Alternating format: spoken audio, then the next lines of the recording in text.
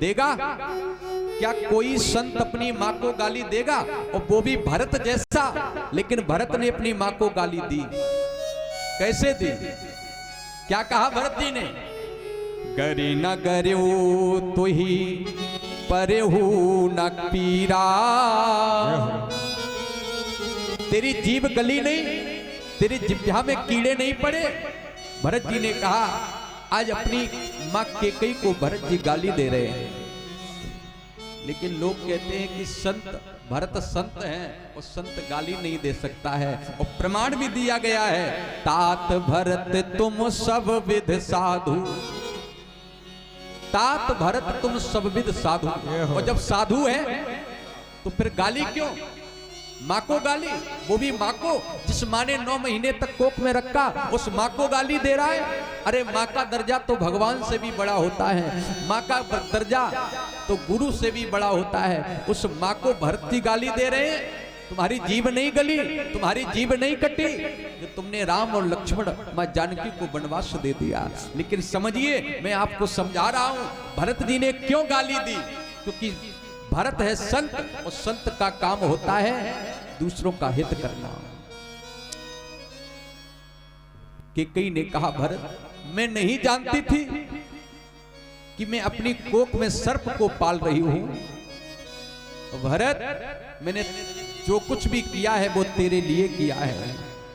तेरे कारण वैभव लिया मैंने, उजाड़ सिंदूर दिया। तेरे कारण मैंने वैभव जीवन लिया है, तेरे कारण मैंने अपने सिंदूर को पोंछ दिया है भरत, और तू मुझे गाली दे रहा है। और कहते कहते कैकेयी कह गई, अरे भरत तेरे से अच्छा तो मेरा वो बेटा था जो वन चला गया। तेरे से अच्छा तो मेरा वो बेटा था जिसे वनवास हो गया। भरत ने कहा, बस माँ मैं यही चाहता था कि तुझे भरत ना अच्छे लगे, तुझे राम अच्छे लगे। क्योंकि संत सोचता है कि संत परमात्मा से जुड़ता है और संत का काम होता है, संत भले गाली खा ले लेकिन भक्त को भगवान से जोड़ने का काम करता है। माँ तुम्हारा उद्धार इसी में है कि तुझे भरत ना अच्छे लगे, तुम्हें राम अच्छे लगने चाहिए। और जब व्यक्ति को राम अच्छे लगने लगते हैं तो उसका उद्धार हो जाता है। इसलिए जानते हो भरत को संत कहा गया। तात भरत तुम सब विधि साधु, तात भरत तुम सब विधि साधु। और जानते हो भरत कोई ऐसे नहीं है, अगर पूरी रामचरितमानस में देखा जाए तो सबसे अधिक अगर प्रेम करने वाले हैं राम जी को तो वो भरत है। अगम स्नेह है भरत रघुबर को, और जहां न जाई मन विद हरे हरे को। इतना प्रेम है राम और भरत में, जहां विधाता की दृष्टि भी नहीं पहुंचती है, जहां परमात्मा की दृष्टि भी नहीं पहुंचती है, ऐसे हैं भरत जी। और उसी समय शत्रुघ्न जी खड़े हैं, और जब शत्रुघ्न जी भी पास में खड़े हैं उसी समय कुबरी आई। और कुबरी क्या पहन के आई? कुबरी जानते हो कुबड़, जिसके कुबड़ हो, ये कुबरी आई मंथरा। और जब मंथरा आई तो ये कैसे आई? सज धज के आई, श्रृंगार पहने हैं, बढ़िया लेटिस पिटिस मेकअप लगाए हैं, खूब पलस्तर करे हैं, इतनी सज धज के आई है। और ये मानो अच्छा सज धज के ये क्यों आई, श्रृंगार पहन करके क्यों आई? ऐसा लग रहा है कि ये कुबरी चिढ़ा रही है। और किसे चिढ़ा रही है? भरत जी को। भरत जी से कहती, अच्छा भरत जी को चिढ़ा रही है। और इसने मन में सोचा, मन में यही सोचा होगा इसने, मैं आपको बता रहा हूं, इसने ऐसे ही मन में सोचा होगा, ये सज धज के आई, बढ़िया श्रृंगार करके आई, और इसने मन में सोचा होगा, देखो हमने तुम्हारी अम्मा के उतराए दे, हम पहने फिरती, कैकेयी के उतरा दिए और हम देखो पहने फिर रही हैं। तो उसी समय जानते हो शत्रुघ्न जी महाराज पास में खड़े हैं, और शत्रुघ्न जी पास में खड़े हैं। और शत्रुघ्न को गुस्सा आया कि सब किया धरा तो इसी का है, तो क्या किया? हूं मुकुलात कुबर तह मारा, हुमुक हुमुक जानते हो? हुमुक, हुमुक ढोलक की देखी वो, ढोलक में जैसे आवाज निकलती ना धौसे में, हुमुक। और हुमुक के लात महाराज शत्रुघ्न जी ने एक कुबरी को मारा, इसके बाल को पकड़ा, लगे घसीटन भरी भरी झोटा, लगे घसीटन भरी भरी झोटा, घर घर झोटा, घसीटन भरी भरी झोटा, घसीटन भरी भरी झोटा।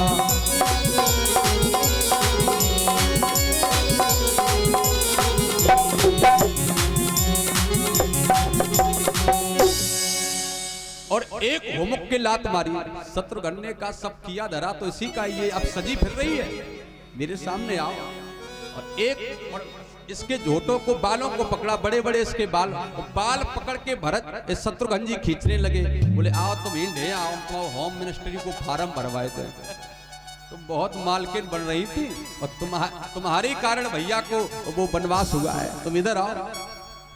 और घसीटने लगे महाराज। भरत जी ने कहा शत्रुघ्न छोड़ो छोड़ो छोड़ो छोड़ो छोड़ो छोड़ो। बोले इसका दोष नहीं है।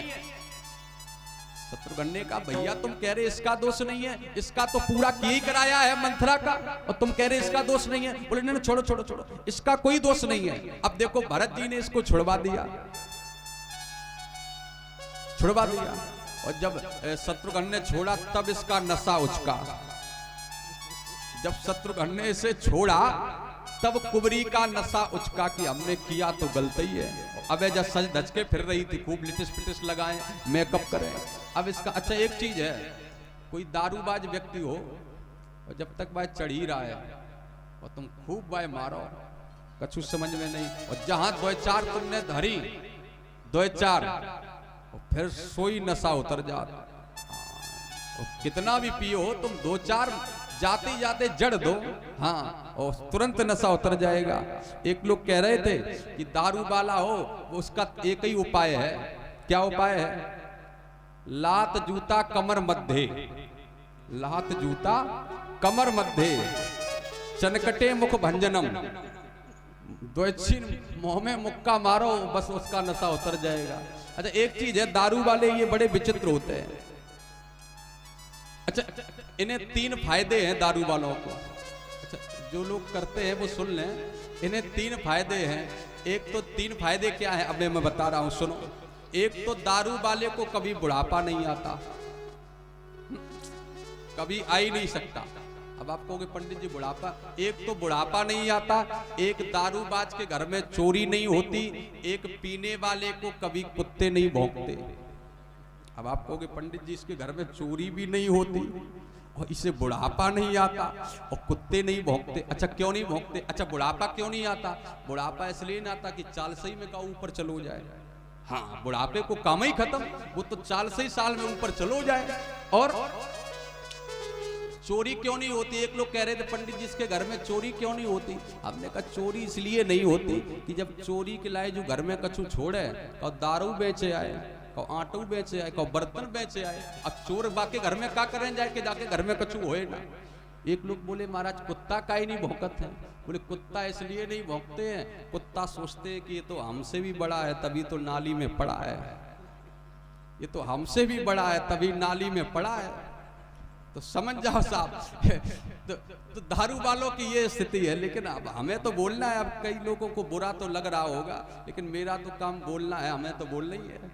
हाँ, तो दारू वालों की, लेकिन याद रखना किसी ने बड़ा सुंदर शेर लिखा है कि जाम के जाम पीने से क्या फायदा, रात बीती सुबह को उतर जाएगी, तू हरिनाम की प्याली पी ले तो सारी जिंदगी नशे में गुजर जाएगी। अगर पीना है तो भगवान के नाम को पियो, तुम्हारी सारी जिंदगी नशे में गुजर जाएगी। एक व्यक्ति था तो इतनी पीता कि एक दिन वो बारात में गया, किसी की बारात में गया, तो उसमें अब वो बैंड बाजे पे डांस कर रहा था पी के डांस करे और उसमें गाना बज रहा था आज मेरे यार की शादी है। और पूरी, अब वो इतना नशे में कि पूरी बारात निकल गई, वो गटर में पड़ा। हाँ बारात पूरी निकल गई, वो गटर में पड़ा। अब उसके मुंह से पलटी भी हो गई और तब तक ना जाने कहां से एक कुतिया आई उसका मुंह चाटने लगी, मुंह चाटने लगी। अब धीरे धीरे उसे होश आया। अब उसने उसके ऊपर हाथ फेरना चालू किया और हाथ फिराते फिराते उसकी पूंछ पे ले गया। और पता है क्या बोलो, कह बरे पप्पू की मम्मी तुम रोज 2 छुट्टियां करती थी, आज एक ही करी। हाँ, अब बताओ, उन्हें यही पता नहीं है कि ये पप्पू की मम्मी है कि चंपी की मम्मी है। तो दारू वालों की बड़ी हालत खराब है। लेकिन प्यारे याद रखना, अगर पीना है तो भगवान के नाम को पियो।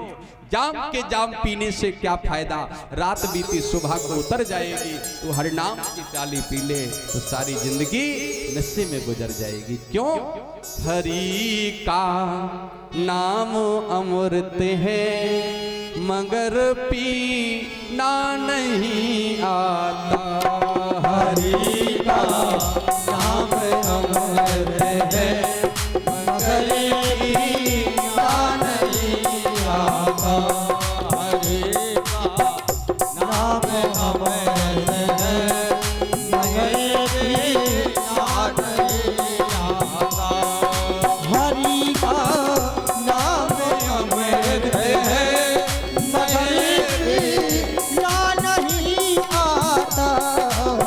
हरि का नाम अमृत है मगर पीना नहीं आता। मगर पीना नहीं आता। हरि का नाम अमृत है मगर पीना नहीं आता। हरि का नाम अमृत है।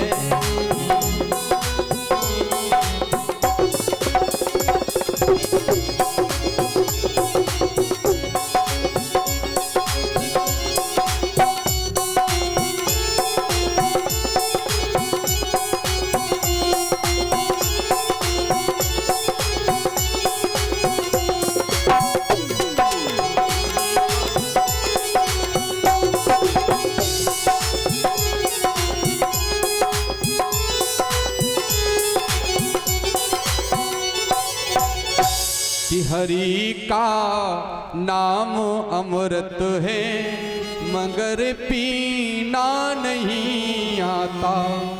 नशा हरे चीज में प्यारे मगर लेना नहीं आता। क्योंकि भगवान के नाम में ही नशा है। तो जैसे शत्रुघ्न लाल ने इसके 2-4 होमक की लात मारी, इसका सब नशा उतर गया कुबरी का। भरत जी ने कहा शत्रुघ्न इसे छोड़ो, इसका कोई दोष नहीं है। शत्रुघ्न ने कहा भैया तुम क्या कह रहे हो, इसका पूरा पूरा दोष है, तुम कह नहीं रहे हो। भरत जी ने कहा दोषी कोई दूसरा है, अपराधी कोई दूसरा है। तो शत्रुघ्न ने कहा कि अपराधी फिर क्या केकई माँ है? बोले माँ केकई भी नहीं है अपराधी। बोले फिर अपराधी कौन है? भरत जी ने कहा शत्रुघ्न तुम आंख बंद करो, अपराधी तुम्हारे सामने खड़ा हो जाएगा। और जैसी शत्रुघ्न लाल ने आंखें बंद की तो भरत जी हाथ जोड़ करके खड़े हो गए। और जैसी नेत्र खोले शत्रुघ्न ने कहा भैया अपराधी कहां है? भरत जी ने कहा तुम्हारे सामने ही खड़ा है। आप? हां शत्रुघ्न, मैं इस जो भी हुआ है उसका अपराधी मैं हूं, क्योंकि मेरे कारण ही ये सब हुआ है। अगर मैं ना होता तो केकई मेरे लिए सिंहासन ना मांगती और राम के लिए वनवास ना मांगती, क्योंकि ये जो किया धराया है सब मेरा ही है। मैं केवल अनरथ हेतु, मैं केवल सब अनरथ हेतु, पित सुरपुर बन रघुकुल केतु। मैं केवल इस अनरथ का, भरत ने कहा मैंने ही सब किया है। क्योंकि मंथरा, बोले मंथरा अपराधी क्यों नहीं है?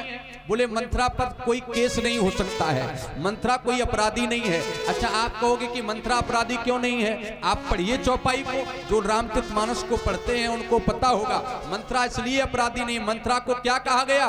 नाम मंथरा मंदमती, नाम मंथरा मंदमती। मंदमती का मतलब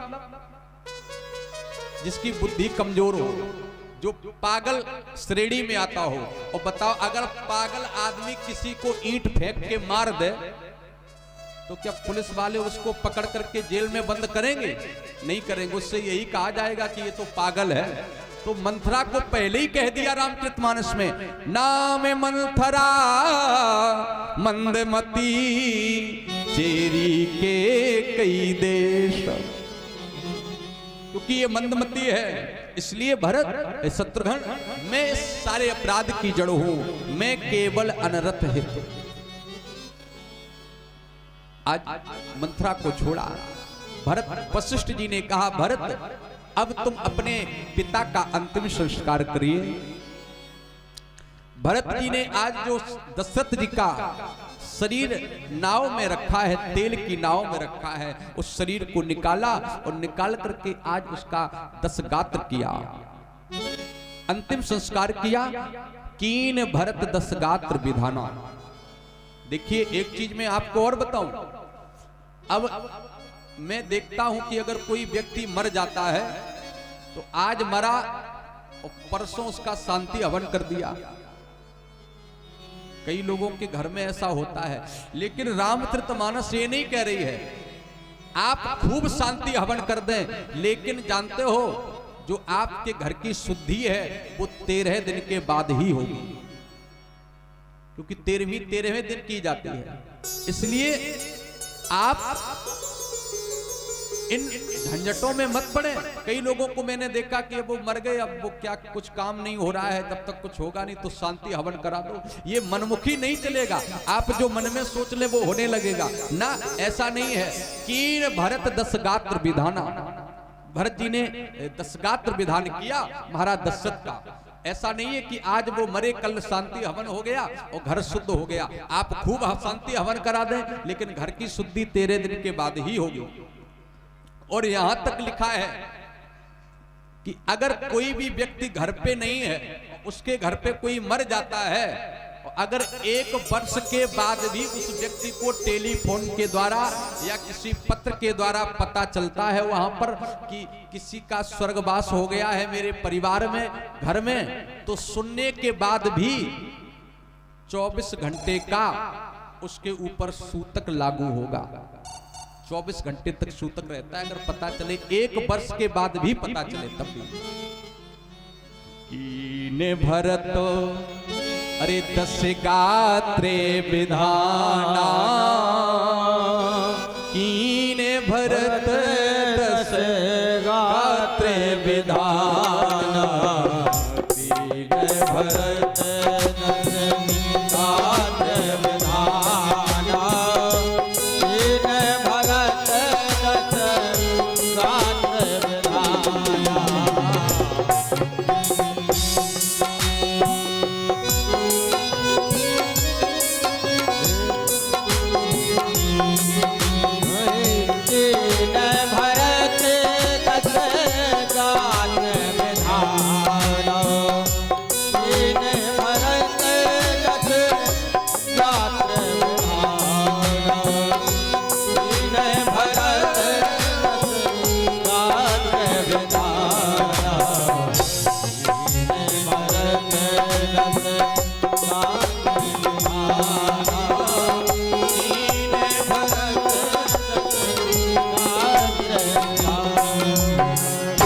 आज 10 गात्र विधान किया।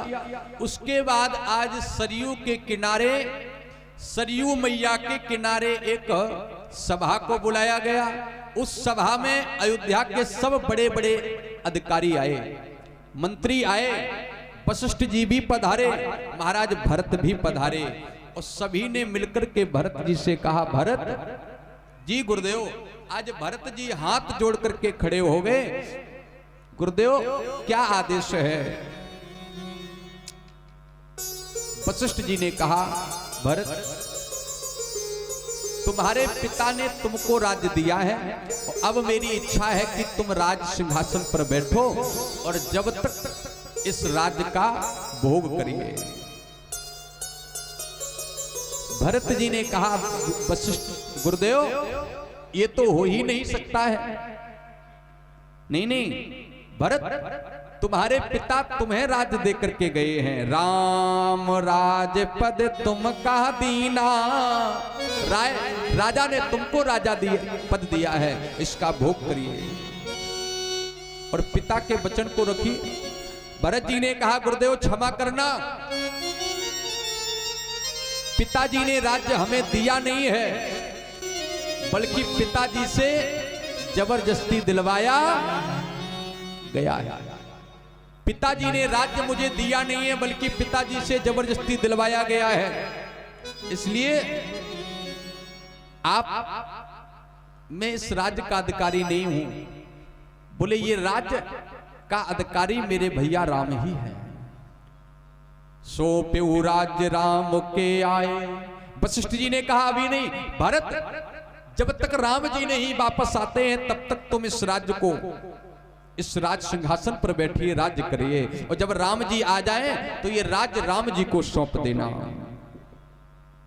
भरत जी ने कहा गुरुदेव मैं इस राज्य पर बैठ जाऊंगा, मैं इस सिंहासन पर बैठ जाऊंगा, लेकिन जब मैं सिंहासन पर बैठूंगा तो गुरुदेव अगर तुम जबरदस्ती मुझे सिंहासन पर बिठाओगे तो क्या होगा? जब आप मुझे जबरदस्ती सिंहासन पर बिठाएंगे तो दृश्य क्या होगा? मोह राज हट दे हो जब ही और सार सातल जाए तब ही। अगर आपने मुझे जबरदस्ती राज्य दिया तो ये जो पृथ्वी है ये रसातल पर चली जाएगी। ओह, जैसी भरत जी ने कहा कि ये पृथ्वी रसातल में चली जाएगी, मैं सिंहासन पर बैठूंगा, मैं सिंहासन पर बैठूंगा, पृथ्वी रसातल में चली जाएगी। वशिष्ठ जी ने कहा भरत इस दुनिया में इतने इतने बड़े अधर्मी हुए, पापी हुए, दुराचारी हुए, अत्याचारी हुए, तब पृथ्वी रसातल में नहीं गई। आज तुम्हारे बैठने से पृथ्वी रसातल पर चली जाएगी। तो जानते हो आज इन्होंने, भरत जी ने कहा गुरुदेव सुनिए, जब कोई पापी, कोई अधर्मी अत्याचार करता है तो पृथ्वी रसातल में नहीं जाती है। तो जब जब होई धर्म की हानि और बाढ़ है असुर अधम अभिमानी, तब पृथ्वी रसातल में नहीं जाती। तुम्हारे कहने से पृथ्वी बैठने से रसातल में चली जाएगी। दो चीजें होती हैं, एक होती है धर्म की हानि और एक होती है धर्म की ग्लानि। एक हानि और एक ग्लानि। हानि कब होती है? हानि तब होती है जब कोई अधर्मी, अत्याचारी, पापाचारी अधर्म करता है, तब हानि होती है। जब रावण और कुंभकर्ण ने जब अत्याचार किया तो धर्म की हानि हुई। हिरण्याकश्यप, हिरण्याक्ष ने जब अत्याचार किया तो धर्म की हानि हुई। लेकिन जब कोई संत, कोई पुण्यात्मा जब कोई गलत कार्य करता है तो धर्म की ग्लानि होती है। और तब क्या होता है? अतिशय देख धर्म की ग्लानि, परम सभीत धरा अकुलानी। धरा अकुला जाती है। इसलिए धर्म की हानि और एक होती है धर्म की ग्लानि। धर्म की ग्लानि तब होती है जब कोई पुण्यात्मा गलत कार्य करता है। जैसे मैं आपको समझाऊं, एक लड़का पेड़ पर आम तोड़ रहा था। एक बाग में एक लड़का आम तोड़ रहा था। तो रखवाले ने देख लिया। रखवाला दौड़ करके आया डंडा लेकर के, और रखवाले ने उस लड़के से कहा नीचे उतर, चल तेरे पिता से मैं तेरी शिकायत करता हूं कि तू चोरी से आम तोड़ता है। तो उस लड़का ने कहा, बोले मेरे पिताजी दूसरे वाले पेड़ पर चोरी से आम तोड़ रहे हैं, अब बताओ। इसका मतलब जब बेटा ही गलत करे, जब पिता ही गलत करेगा तो बेटा क्यों नहीं करेगा? कहने का मतलब मेरा क्या है कि जब संत ही कोई गलत कार्य करेगा तो फिर लोग कहां जाएंगे? लोग कहेंगे कि जब राम का भैया ही गलत कर रहा है राम का भाई ही गलत कर रहा है, लोग किसके पास जाएंगे। और पता है एक बार की बात है, राम जी सरयू में स्नान कर रहे थे। राम जी सरयू मैया में स्नान कर रहे थे, तो राम जी ने धनुष निकाला और निकाल करके उस बालू में गाड़ दिया, उसके ऊपर अपने वस्त्र रख दिए। और जब राम जी ने उस धनुष को खींचा तो उसकी नोक में देखा कि रक्त लगा है, नोक में रक्त लगा है। राम जी ने लक्ष्मण जी से कहा, लक्ष्मण हमें लगता है किसी जीव का वध हो गया है, मेरे द्वारा जरा इस बालू को हटा करके देखो। तो जैसे ही बालू को हटा करके देखा तो एक मेढक रक्त रंजिश पाया, मेढक के पीठ से रक्त निकल रहा है। राम जी ने उस मेढक से कहा, मेढक जब मैंने तुम्हारे ऊपर धनुष गाड़ा, बाण गाड़ा, तो तुम चिल्लाए क्यों नहीं। उस मेढक ने इतना सुंदर जवाब दिया, कहा प्रभु जब दुनिया के द्वारा सताया जाता है व्यक्ति तो आपको बुलाता है, लेकिन जब आपके द्वारा ही व्यक्ति सताया जाएगा तो वो किसको बुलाएगा, तो किसको बुलाएगा, जब आपके द्वारा ही सताया जाएगा। इसलिए प्यारे याद रखिए, भगवान कि संविधान में सब बराबर होते हैं। भरत जी ने कहा कि गुरुदेव पृथ्वी रसातल में चली जाएगी अगर मैं सिंहासन पर बैठ गया। तो एक इस रामचरितमानस में तो नहीं, दूसरी रामायण में चर्चा आई है। क्या चर्चा आई है? बोले गुरुदेव वशिष्ठ ने पृथ्वी को बुलाया, उस सभा में गुरु वशिष्ठ ने पृथ्वी का आह्वान किया, तो पृथ्वी आई। तो गुरु वशिष्ठ ने पृथ्वी से पूछा, पृथ्वी जब भरत सिंहासन पर बैठेंगे तो तुम रसातल में चली जाओगी? पृथ्वी ने कहा जी, जब भरत सिंहासन पर बैठेंगे तो मैं रसातल में चली जाऊंगी। क्यों? उस पृथ्वी ने कहा, सुनो, जब भरत की मां केकई ने मेरी बेटी और दामाद को चैन से नहीं रहने दिया तो मैं भी इनके बेटे को चैन से रहने नहीं दूंगी, चैन से राज्य नहीं करने दूंगी। और पृथ्वी की बेटी कौन है? मां जानकी और दामाद राम जी। इसलिए जब इन्होंने मेरे बेटी और दामाद को चैन से राज्य नहीं करने दिया तो मैं भी इनको चैन से राज्य नहीं करने दूंगी, मैं तो रसातल में चली जाऊंगी। आज यही हुआ, पृथ्वी चली जाती है। भरत ने कहा, गुरुदेव मैंने तो पहले ही कहा था कि मैं सिंहासन पर नहीं बैठूंगा, रसा रसातल जय है तबही। गुरुजी ने कहा, भरत तुम बहुत त्यागी बनकर के दिखाना चाहते हो, तुम ये लोगों को दर्शा रहे हो कि हम बहुत बड़े त्यागी हैं। भरत जी ने कहा, गुरुदेव क्षमा करना, मैं त्यागी नहीं हूं, मैं तो बहुत बड़ा लोभी हूं। भरत जी सभा में खड़े हो गए और कहा, गुरुदेव मैं बहुत बड़ा लोभी हूं, मुझे पद चाहिए।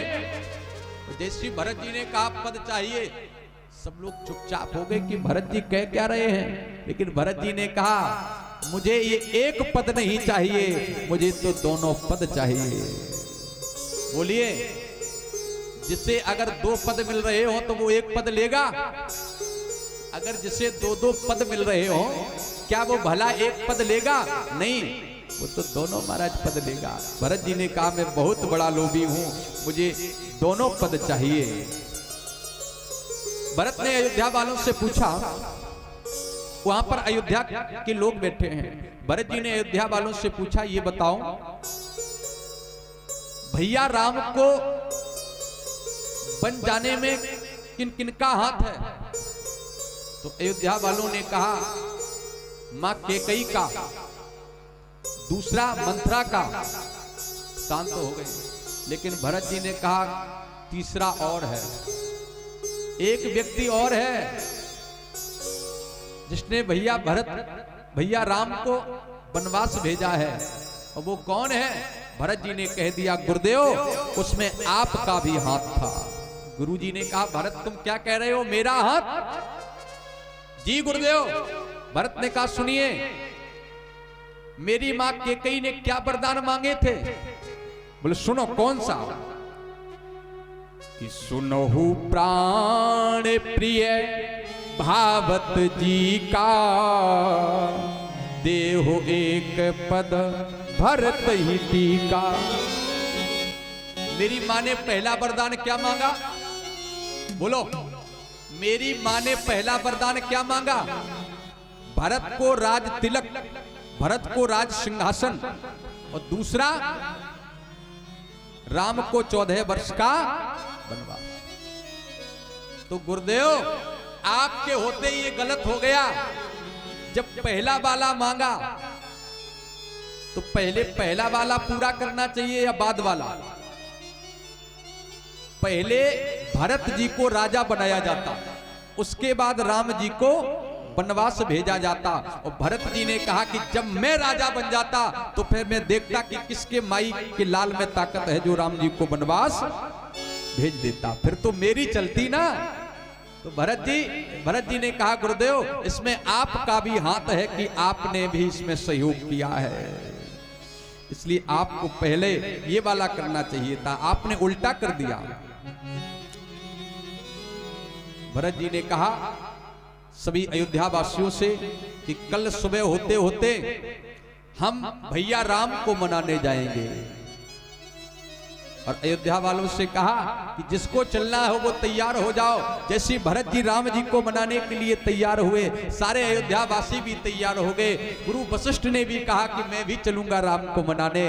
तीनों माताओं ने कहा कि मैं भी चलूंगा, लेकिन किसी ने कहा कि अयोध्या सूनी हो जाएगी, अयोध्या को कौन देखेगा। तो अयोध्या वासियों ने कहा कि राम जी के लिए ऐसी अयोध्या में आग लगे। चलिए आज भरत जी जा रहे हैं। भरती चले चित्रकूट रामा राम को मनाने।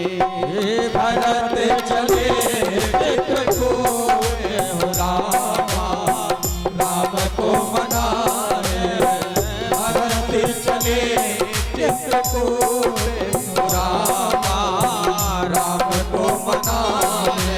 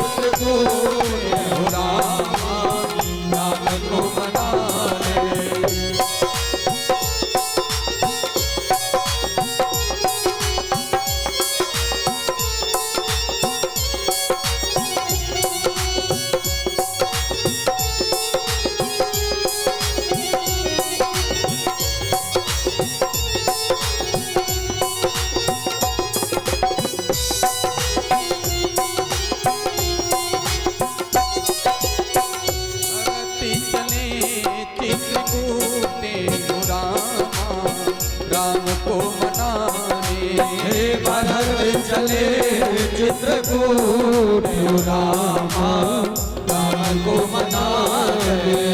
भरत चले चित्रकूट रामा राम को मनाने।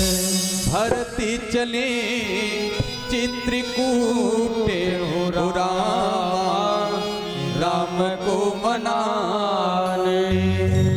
अब देखिए भरत जी चित्रकूट जा रहे हैं। आप लोग चित्रकूट गए हो? आप लोग गए हो चित्रकूट? नहीं गए? नहीं गए? कोई नहीं गया? आप चित्रकूट जाइए। चित्रकूट में राम जी ने 12 वर्ष तक राम जी चित्रकूट में ही रहे। वहां बहुत सुंदर लगता है चित्रकूट। मेरे तो गुरु जी का आश्रम है चित्रकूट में, तो जब समय होता है तो आश्रम में 10-15 दिन रह के आता हूँ। तो वहां पे आप लोग जाइए, चित्रकूट में इतना आनंद है महाराज। आप देखिए वहां पर राम जी जहां रहे हैं कामदगिरी पर्वत जिसके पर रहे हैं, उस पर्वत की 5 किलोमीटर की परिक्रमा है, परिक्रमा भी की जाती है। और वहां पर एक हनुमान जी का मंदिर है, हनुमान धारा जिससे बोला जाता है। वहां पे देखना कि 24 घंटे हनुमान जी के कंधे पर जल गिरता रहता है, क्योंकि जब हनुमान जी ने लंका को जलाया तो हनुमान जी का पूरा बदन जल रहा था, इतना गर्म हो गया शरीर। तो हनुमान जी ने राम जी से कहा कि प्रभु मेरा शरीर जल रहा है। तो हनुमान राम जी ने कहा कि जाओ तुम चित्रकूट में निवास करो और तुम्हारे कंधे पर 24 घंटे जल की धार गिरेगी। आज भी त्रेता से लेके अब तक हनुमान जी के कंधे पर आज भी जल गिरता है। आप देखना वहां पे जब आप जाओगे सीढ़ियों के द्वारा, उसमें 500 से ऊपर सीढ़ियां, बहुत ऊंचाई पर है पर्वत। तो भरत जी जा रहे हैं, भरत चले चित्रकूटे हो रामा, राम को मनाने, राम जी को मनाने जा रहे हैं। और कैसे जा रहे हैं? अच्छा, लोग जा किससे रहे हैं? चित्रकूट, अयोध्या के लोग चित्रकूट तो जा रहे हैं, लेकिन जा कैसे रहे हैं? अच्छा, कई लोग हाथियों पर जा रहे हैं। हाथी पर चढ़ करके कौन जा रहा है? साधु। साधु जो संत हैं वो हाथी पर बैठ करके जा रहे हैं। लेकिन साधु संत हाथी पर बैठ करके क्यों जा रहे हैं? क्योंकि संत कैसा होता है? संतों का स्वभाव हाथी की तरह होना चाहिए। संतों को कोई गाली दे फिर भी अच्छा, ना दे फिर भी अच्छा, अगर मिल जाए खाने को फिर भी अच्छा, ना मिले फिर भी अच्छा। जैसे हाथी झूम झूम के चलता है, हाथी कभी भौंकने वालों की ओर पीछे मुड़कर देखता नहीं है और हाथ जोड़ने वालों की तरफ कभी देखता नहीं। हाथी का स्वभाव ये होता है। संत को चाहे निंदा हो वो भी स्वीकार, प्रशंसा हो वो भी स्वीकार, क्योंकि जो सम रहे वही संत है। तो संत हाथी पर बैठ करके जा रहे हैं। और रथ पर कौन जा रहा है?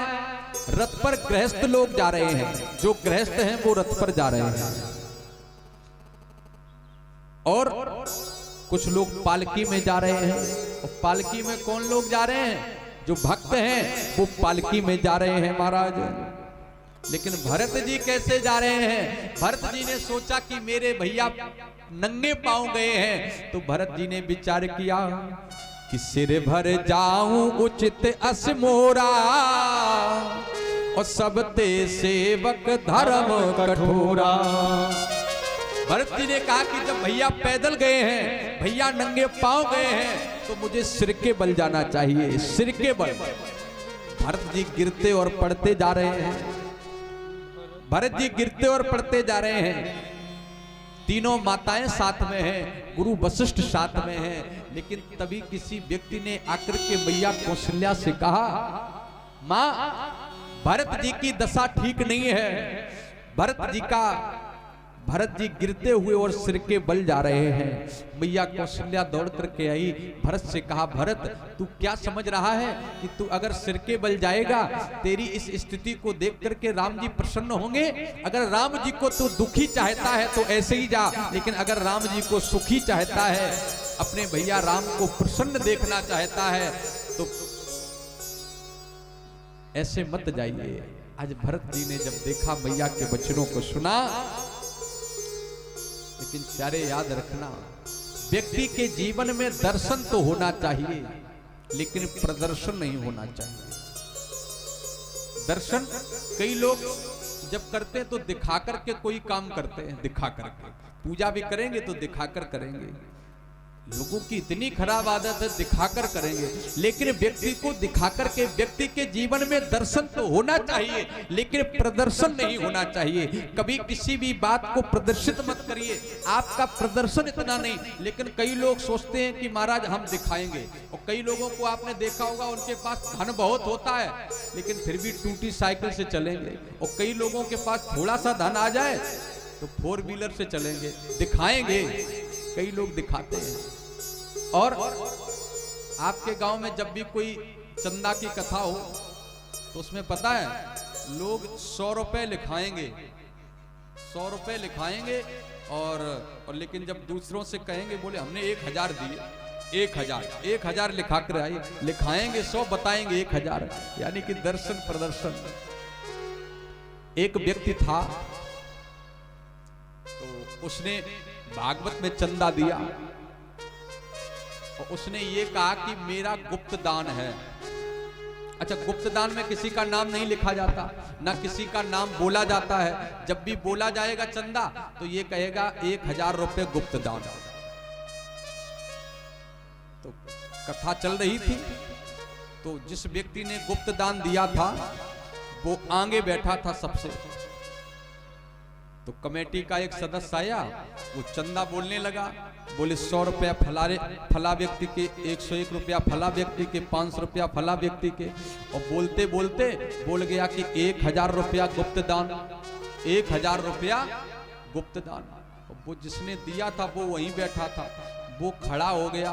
उसने कहा देखो ये गुप्त दान तो है, लेकिन आप ये कहिए कि जिन्होंने 1000 रुपए गुप्त दान दिया है वो यही पंडाल में सबसे आगे वाली लाइन में बैठे हैं। तो उसने बोल दिया कि जिसने ये चंदा दिया है वो पंडाल में सबसे आगे वाली लाइन में बैठे हैं। तो लोगों ने ध्यान नहीं दिया, तो लोगों ने उसकी तरफ देखा नहीं, तो फिर आगे बढ़ा। लेकिन उसने कहा, उसने सोचा, उसने चारों तरफ देखा कि लोगों ने मेरी तरफ देखा तो है ही नहीं। तो उसने फिर गया दौड़ के, बोले अब की बार ये कहो कि जिन्होंने 1000 रुपए गुप्त दान दिया है वो इसी पंडाल में आगे वाली लाइन में बैठे हैं, तो अब वे खड़े होने जा रहे हैं, सब लोग उनकी तरफ देखो। अब बताओ यू काहे को गुप्त दान? बोले सब लोग उनकी तरफ देखो। बोले दान गुप्त है लेकिन जान सब लोग जाएं। तो व्यक्ति के जीवन में दर्शन तो होना चाहिए, लेकिन कभी भी किसी भी प्रकार का प्रदर्शन नहीं होना चाहिए। और संत का एक ही स्वभाव होता है, परहित सरस धर्म नहीं भाई, पर पीड़ा सब नहीं अदमाई। आज भरत जी जा रहे हैं और आज कहां पहुंचे? निषाद राज ने देखा, कोल भीलों के राजा निषाद राज ने देखा कि भरत जी सेना के सहित आ रहे हैं। इसने समझा, हमें लगता है कि भरत जी की नीयत ठीक नहीं है, राम जी से कहीं युद्ध करने तो नहीं आ रहे हैं। लेकिन निषाद राज ने आज अपने राज्य में कह दिया कि घाटों पर नावों को बांध दिया जाए और सब लोग अपने धनुष बाण लेकर के तैयार हो जाओ, भरत राम जी के ऊपर आक्रमण करने आ रहा है। और आज चारों तरफ महाराज, आज उन कोल भीलों ने पेड़ों पर चढ़ करके देखा कि भरत जी आ रहे हैं। सब पेड़ों पर चढ़ करके आज धनुष बाण लेकर के तैयार हो गए। लेकिन किसी बूढ़े व्यक्ति ने कहा कि पहले पूछ तो लो कि इनकी मनसा क्या है। तो एक व्यक्ति गया, तो जब एक व्यक्ति गया देखा कि गुरुदेव भी आ रहे हैं, समझ गए कि गुरु जी भी आ रहे हैं। आज निषाद राज ने जाकर के, जैसे भरत जी ने सुना कि निषाद राज से मेरे भैया मिले थे, आज भरत जी निषाद राज से ऐसे मिले। राम शरण सुन चंदन व्यापार। राम जी का भक्त समझ के आज भरत जी ने दौड़े और इस प्रकार से दौड़े, आज निषाद राज को गले लगा लिया। रात्रि में भरत जी ने वहीं पर विश्राम किया, लेकिन सारे अयोध्यावासी सो गए, लेकिन 2 व्यक्ति जागते रहे। 2 व्यक्तियों को नींद नहीं आई, और वो 2 व्यक्ति कौन हैं? 2 व्यक्ति नहीं सोए, एक तो भरत जी और दूसरे महाराज निषाद राज। दोनों में वार्ता होती रही। निषाद राज ने कहा, भरत भैया, जिस दिन भगवान राम, मां जानकी और लक्ष्मण जी आए थे, इसी पेड़ के नीचे रात्रि भर विश्राम किया। जो ये कुश पड़ा है, इसी कुश के बिछोने पर भगवान लेटे थे, लेकिन भगवान को रात्रि में नींद नहीं आई। क्योंकि जो महलों में रहने वाला हो, जो महलों में रहता हो, उसे उसके बिछोनों पे निद्रा कैसे आएगी? दिन रात्रि भर करवट बदलते रहे राम जी, नींद नहीं आई राम जी को। आज जैसे ये शब्द सुना भरत जी के नेत्रों में आंसू आ गए। भरत जी ने कहा मेरे भैया को मेरे कारण कितना कष्ट मिला है, अगर मैं ना होता तो भैया की ये दशा ना होती। भरत जी ने निषाद राज से कहा भैया निषाद, इस सब का दोषी मैं हूं, मेरे कारण ये सब हुआ है। लेकिन जानते हो निषाद राज ने कहा कि मैंने लक्ष्मण भैया से पूछा कि ये सब कैसे हुआ, तो लक्ष्मण के मुख से एक ही शब्द निकला, क्या कि कोहू न को सुख दुख कर दाता, निज कर्म भोग भ्राता। बोले भगवान किसी को कभी कोई सजा नहीं देते हैं, क्योंकि व्यक्ति को कर्मों का फल तो भोगना ही पड़ता है। क्योंकि जो व्यक्ति जैसा कर्म करेगा उसे वैसा फल भोगना पड़ेगा।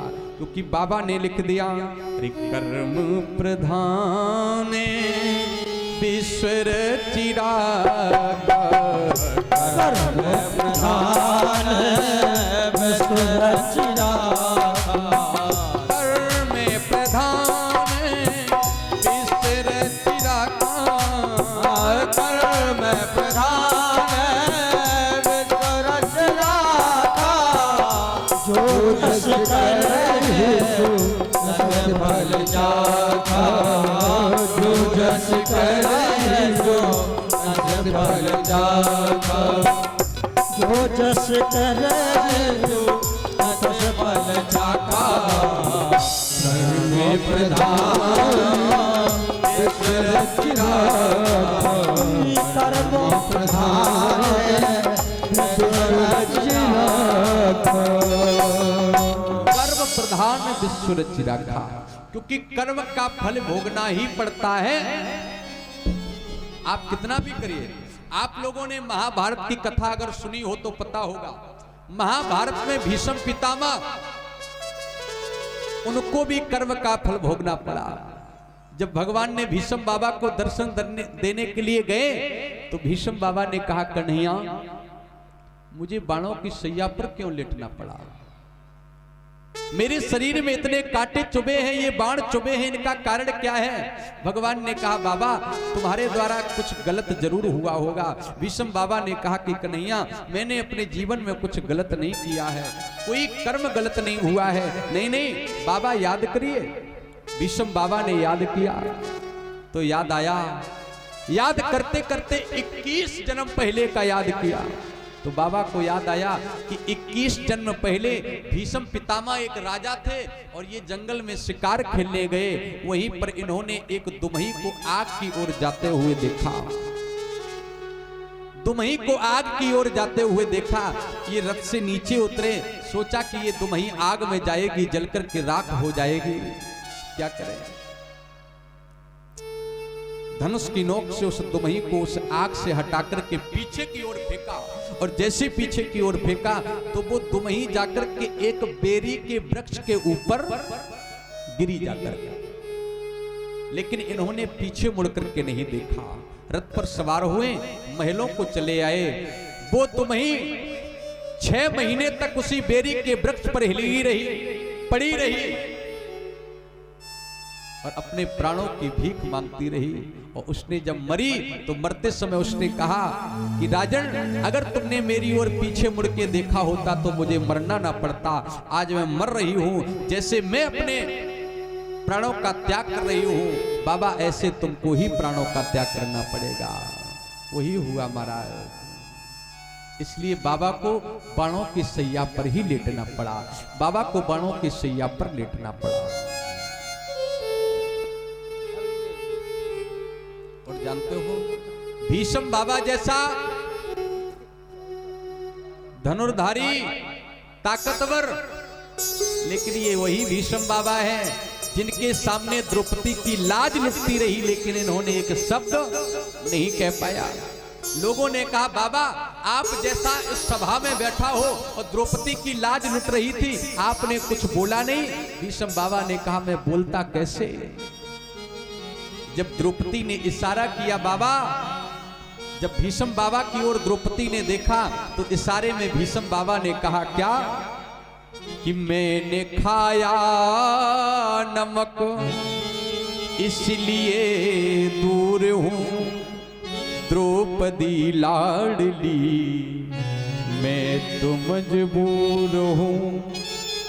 मैंने खाया नमक इसलिए क्रूर हूं, द्रौपदी लाडली मैं तो मजबूर हूं। मैंने दुर्योधन का नमक खाया है द्रौपदी, इसलिए मैं तुम्हारी रक्षा नहीं कर सकता हूं, क्योंकि जिसका नमक खाया जाता है उसकी बजानी भी पड़ती है। इसलिए कर्म का फल तो भुगतना ही पड़ेगा। कर्मम करोति कल्याणम, कर्म के द्वारा ही व्यक्ति का कल्याण होता है। अगर हम कर्म नहीं करेंगे तो फल भी नहीं मिलेगा प्यारे। जैसे मैं आपको समझाऊं, अगर आप खेत में गेहूं बोएंगे तो क्या मिलेगा? गेहूं मिलेगा और ब्याज में भूसा भी मिलेगा। अगर आप भूसा बोएंगे तो क्या मिलेगा? न गेहूं मिलेगा और न भूसा मिलेगा। इसकी मतलब कर्म आप अच्छा करिए, फल तो परमात्मा देगा ही, उसकी इच्छा मत करिए, वो तो देने ही वाला है। आज भरत जी महाराज निषाद राज का संवाद हुआ। आज तीसरे पहर में प्रयागराज में प्रवेश किया। और आप लोग प्रयागराज जानते हो? प्रयागराज, प्रयागराज जानते हो आप लोग? इलाहाबाद तो जानती होगी। अब सबने सर हिला दिया। प्रयागराज इलाहाबाद को ही बोलते हैं। इसका पुराना नाम प्रयागराज ही था, लेकिन इलाहाबाद पड़ गया, अब फिर प्रयागराज हो गया। आप प्रयागराज में जाएंगे तो कुंभ का मेला पड़ता है और प्रयागराज में संगम है 3 नदियों का, गंगा, यमुना और सरस्वती मैया। तो आज भरत जी प्रयागराज में पहुंचे और जब प्रयागराज में पहुंचे भरत जी, तो भरत जी ने आज तीनों धाराओं का दर्शन किया। और ये 3 धाराएं किसके रूप में हैं? राम, लक्ष्मण और मां जानकी के रूप में। जो धवल धार है वो गंगा जी की है, और जो साबरी है वो यमुना मैया है, और जो सरस्वती है वो कैसी है? नीली। नीलाम भुज श्याम मलको मलांगम, सीता समारोह पितवाम भागम। सीता समारोह पितवाम भागम, सीता समारोह पितवाम भागम। आज भरत जी ने प्रणाम किया, उससे आगे चले तो एक लकड़हारे से पूछा भरत जी ने कि आपने मेरे भैया को देखा है? तो लकड़हारे ने रास्ता बताया कि हाँ, तुम्हारे भाई को मैंने देखा है। लेकिन आज भरत जी जा रहे हैं। उसी समय इंद्र ने देखा कि भरत जी राम जी से मिलने जा रहे हैं। और इंद्र कैसा है? ये ठीक व्यक्ति नहीं है। देवताओं का राजा इंद्र है लेकिन ठीक नहीं है। इसके विचार ठीक नहीं है, इसकी मनसा ठीक नहीं है। क्योंकि इंद्र ने विचार किया कि अगर भरत जी राम जी से मिल गए और राम जी ने अगर भरत की बात को मान लिया और राम जी अयोध्या वापस चले गए तो फिर गड़बड़ हो जाएगा। क्योंकि इंद्र चाहता है कि राम जी वन में ही रहें। देखिए, ऊंच निवास नीचे कर तूती, और देख न सकई पराई विभूति। ऊंच निवास नीचे कर तूती, देख न सकना पराई विभूति। ऊंच निवास नीचे कर तूती, देख न सकना पराई विभूति।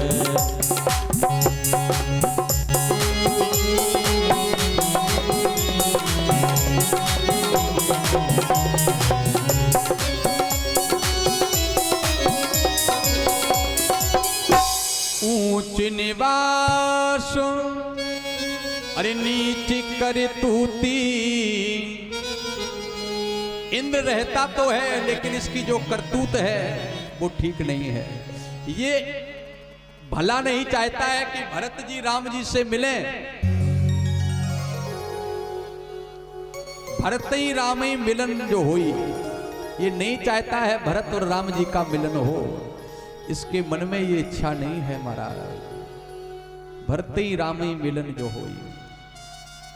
नीच निवास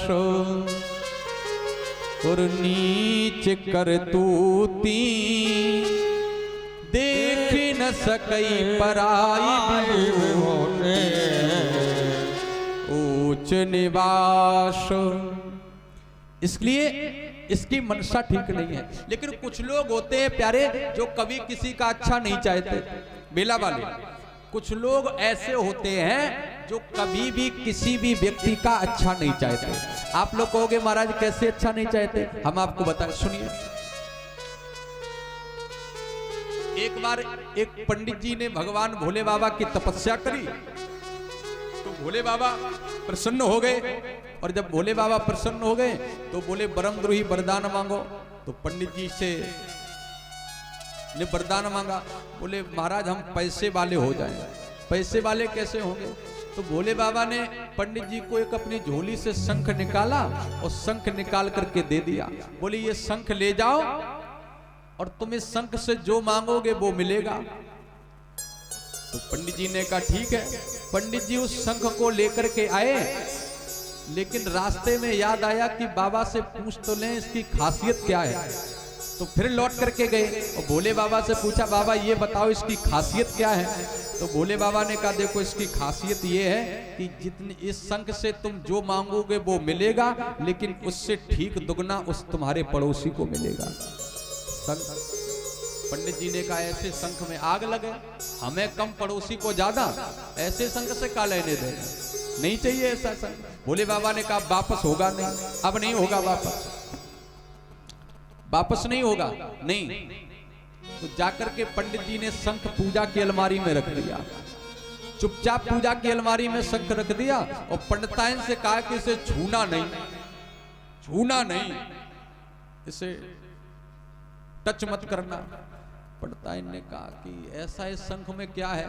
और पंडित जी ने बोरिया बिस्तरा बांधा और बोरिया बिस्तरा बांध करके और बस महाराज परदेश चले गए नौकरी करने।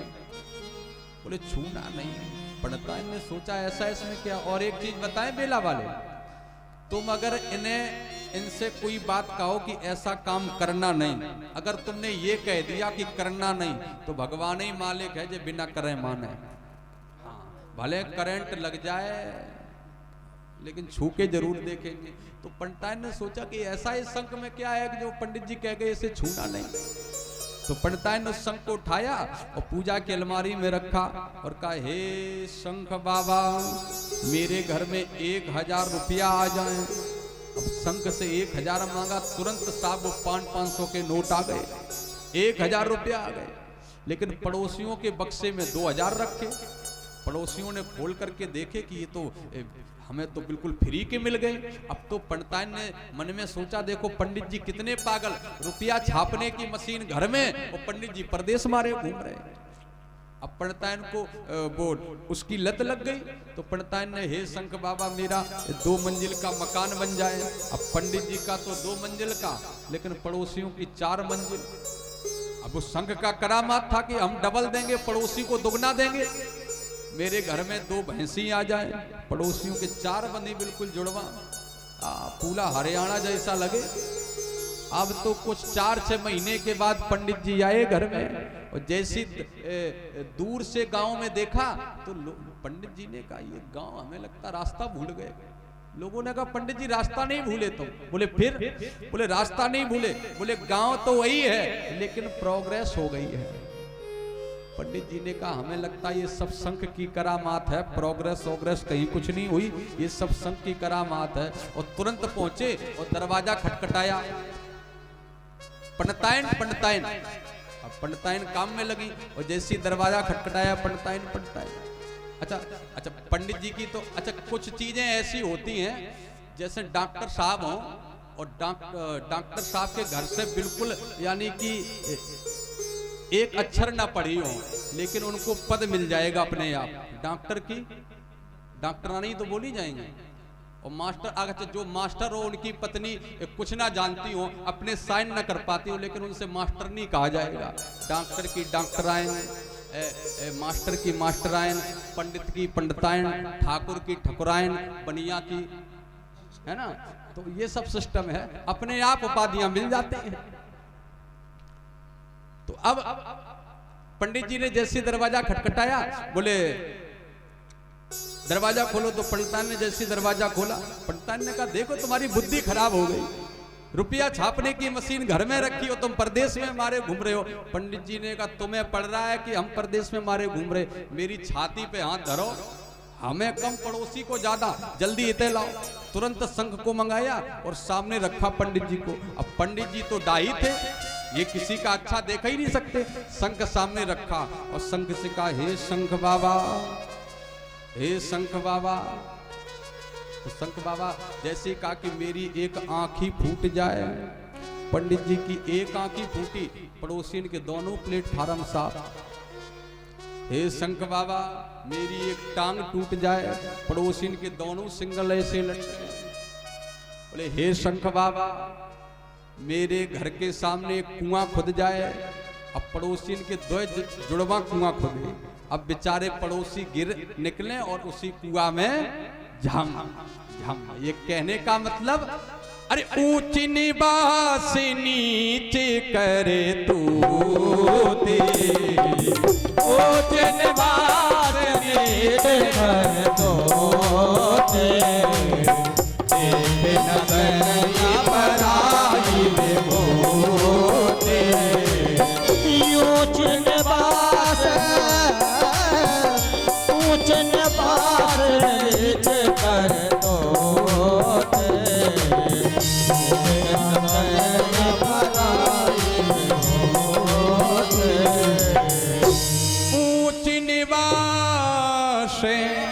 और नीच कर तूती, और देख न सकई पराई विभूति। दूसरे कुछ लोग ऐसे होते हैं जो दूसरों का कभी अच्छा नहीं देखते हैं, इसलिए महाराज यही तो इंद्र चाहता है। इंद्र ने कहा कि राम ही भरत ही मिलन न होई, राम और भरत जी का मिलन न हो पाए, और कहीं ऐसा ना हो कि राम और भरत का मिलन हो जाए और राम जी वापस आ जाएं भरत के कहने पर, लेकिन ऐसा नहीं हुआ। आज भरत जी सारी सेना के साथ जा रहे हैं, और जब सेना के साथ जा रहे हैं तो एक भील दौड़ करके आया, और उस भील ने राम जी से कहा राम जी भरत जी आ रहे हैं, भरत जी आ रहे हैं। और जैसे ही कहा भरत आ रहे हैं, लक्ष्मण को क्रोध आ गया। लक्ष्मण ने कहा हमें लगता है इस भरत की नीयत ठीक नहीं है, मेरे भैया को वन में भी चैन से नहीं रहने दे रहा है। क्रोध आ गया। लक्ष्मण जी ने कहा भैया अगर तुम्हारा आदेश हो तो अभी मैं जाऊं और भरत को शांत कर दूं। लेकिन राम जी ने क्या कहा, क्योंकि राम जी को विश्वास है मेरा भरत कभी ऐसा नहीं कर सकता है, और भरत जैसा भाई होना मुश्किल है प्यारे। भरत जैसा भाई अभी तक नहीं हुआ। रामचरितमानस में दो भाई हैं, दो भाई। एक भाई ने भाई के लिए राजपाट को ठोकर मार दी, और एक भाई ने राजपाट के लिए अपने भाई को मरवा दिया। कौन है? विभीषण। एक और है सुग्रीव, जिसने अपने भाई को मरवा दिया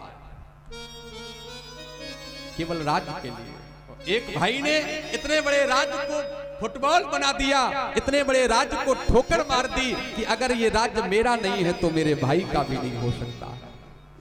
वो भरत है, और भरत महाराज वो पात्र है। रामचरितमानस का सबसे सुंदर अगर पात्र है तो वो भरत है।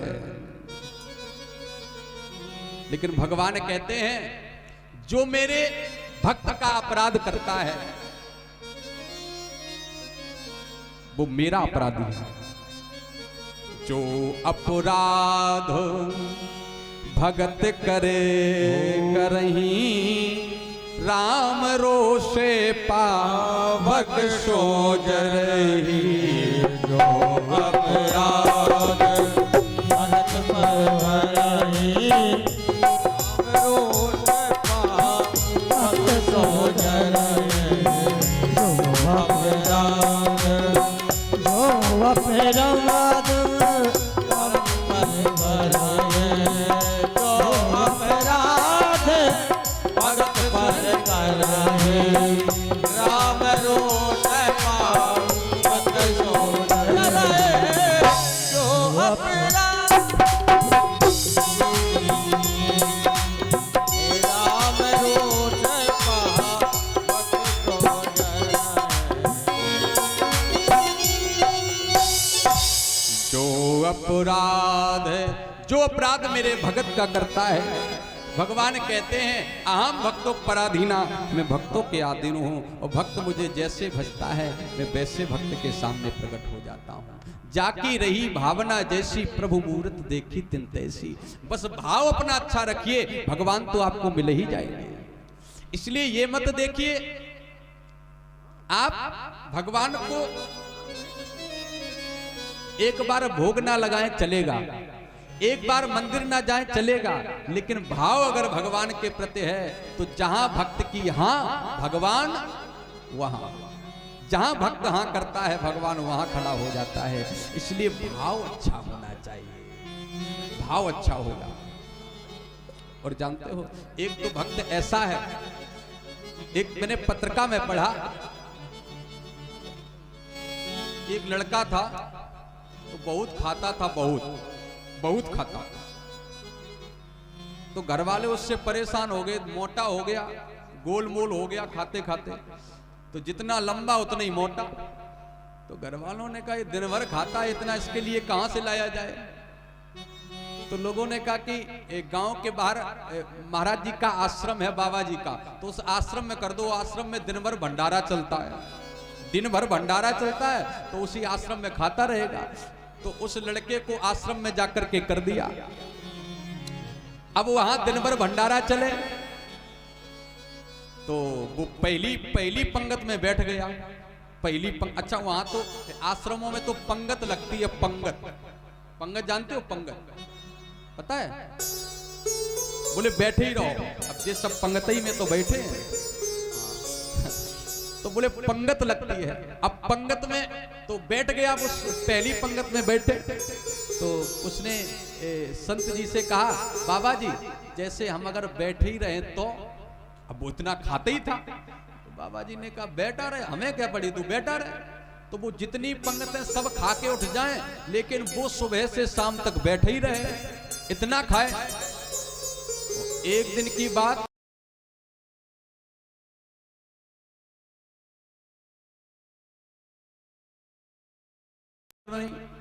सब अपने अपने मस्ती में लेटे, कोई इधर लेटा कोई इधर लेटा। वो गुरुजी के पास गया, गुरुजी आज हमें लगता धुआं धक्कड़ नहीं दिखाई दे रहा, आज कोई भंडारा नहीं बन रहा है। गुरुजी ने कहा आज भंडारा नहीं बनेगा। क्यों गुरुजी, क्यों नहीं बनेगा? गुरुजी ने कहा आज एकादशी है और आज आश्रम में सब व्रत हैं, आज कोई भंडारा नहीं होगा। तो उस लड़के ने कहा गुरुजी अगर आज भंडारा नहीं होगा, तो अगर आज हमको खाने को नहीं मिलेगा तो कल भंडारा मेरा ही होगा। अगर आज भंडारा नहीं हुआ तो फिर कल मेरा ही भंडारा होगा। तो गुरुजी ने कहा इतना खाता है? वो गुरुजी हम बिना खाए रह नहीं पाते। तो गुरुजी ने कहा ऐसा कर, देख इधर आश्रम में तो आज बनेगा नहीं, तो ऐसा कर तू नदी के किनारे जा और वही नदी के किनारे अपना बनाना और खाना। गुरुजी ने आटा दिया, गुड़ दिया, घी दिया और चावल दिए और दाल दी, बोले ले जाओ। वो लेकर के वहां पहुंचा उसने, और गुरुजी ने कहा इधर आ, जब भोजन बनाना और भोजन बना के जब परोसना तो भगवान का भोग जरूर लगाना।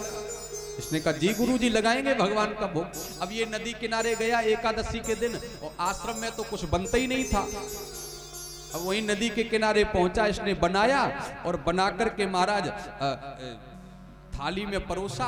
और इसे याद आ गया कि गुरुजी ने कहा था कि भगवान का भोग लगाना, तो इसने भगवान का भोग लगाया और क्या बोला, अरे सीता राम आइए, राजा राम आइए, मेरे भोजन का भोग लगाइए। हो सीता राम आइए, राजा राम आइए, मेरे भोजन का भोग लगाइए। मेरे राम आइए, सीता राम आइए, राजा राम आइए, मेरे भोजन में भोग लगाइए। हरि बोल।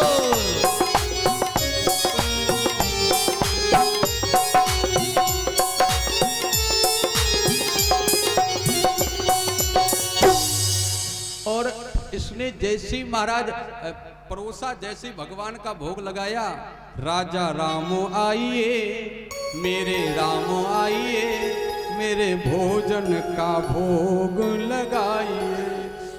वैसे ही राम जी प्रकट हो गए। देखो भगवान भक्त के भाव को देखते हैं। भगवान प्रकट हो गए और किसके साथ? मां जानकी के साथ। मां जानकी के साथ भगवान प्रकट हो गए। इसने ऐसे देखा, अब ये बड़ा भोला था, भोला भगत। अब इसने ऐसे देखा, उसने कहा भगवान से, इसने कहा ये बताओ, हमने बुलाया तुमको था, ये साथ में कौन आया तुम्हारे? भाई तुम्हें अकेले बुलाया था हमने, ये साथ में कौन आया? भगवान ने कहा ये मेरी पत्नी है, ये तो साथ ही में रहती हैं। इसने कहा सुनो, हमने तुम्हारा भोग लगाया है, इनका थोड़ी नहीं लगाया है, और हमने इतना भोजन भी नहीं बनाया जो इनके लिए हमने। अब इसने अब देखा कि 2 लोग आए, रोटी बनाई 10, अब 5 भगवान को, 5 मेरे, 5 में तो 8 भी नहीं होगा मेरे। इसने कहा चलो अगर तुम अब आ ही गए हो तो अब तुम खाओ, पत्नी को खवाओ, लेकिन कल से याद रखना हम तुम्हें बुलाएं तो तुम ही आना। भगवान ने कहा ठीक है। वो भोग लगाया और भगवान अंतर ध्यान हो गए और ये आश्रम में गया। अब 15 दिन तक वहां भंडारा चलता, तो 15 दिन तक तो मस्ती में रहे, और जब एकादशी आए तो धुआं ना धक्कड़ ना कोई लक्कड़। अब पड़ा इसने, फिर एकादशी आई और ये कहा, फिर गुरुजी से कहा गुरुजी और क्या आज फिर एकादशी है? गुरुजी ने कहा हाँ आज एकादशी है। तो गुरुजी ये कितने बार एकादशी आती है? गुरुजी ने कहा महीने में 2 बार आती है। तो इसने कहा कि तो 2 बार गुरुजी, फिर हमको हाथ ही से बनाना पड़ेगा। गुरुजी ने कहा बिल्कुल हाथ से बनाना पड़ेगा। तो गुरुजी अब की बार हम फिर नदी के किनारे बनाएंगे, लेकिन गुरुजी थोड़ो राशन बढ़ा दो। गुरुजी ने कहा राशन क्यों बढ़ा दें? बोले भगवान, मैंने तुम्हारे भगवान को बुलाया, वो एक को बुलाया 2 आ गए, तो अब राशन बढ़ाओ, हम भूखे रहते हैं। तो गुरुजी ने कहा, गुरुजी ने सोचा कि ये भूखा रहा होगा इसलिए कह रहा है, तो चलो राशन बढ़ा दो। 5 किलो आटा, दाल, गुड़, घी, शक्कर सब दिया। अब ये फिर नदी किनारे गया और इसने फिर भोजन बनाया, और फिर भोजन बना करके फिर से इसने भगवान का, अब की बार इसने 3 लोगों का भोजन बनाया, अपना, राम जी का और माँ सीता का। जान गया कि वही 2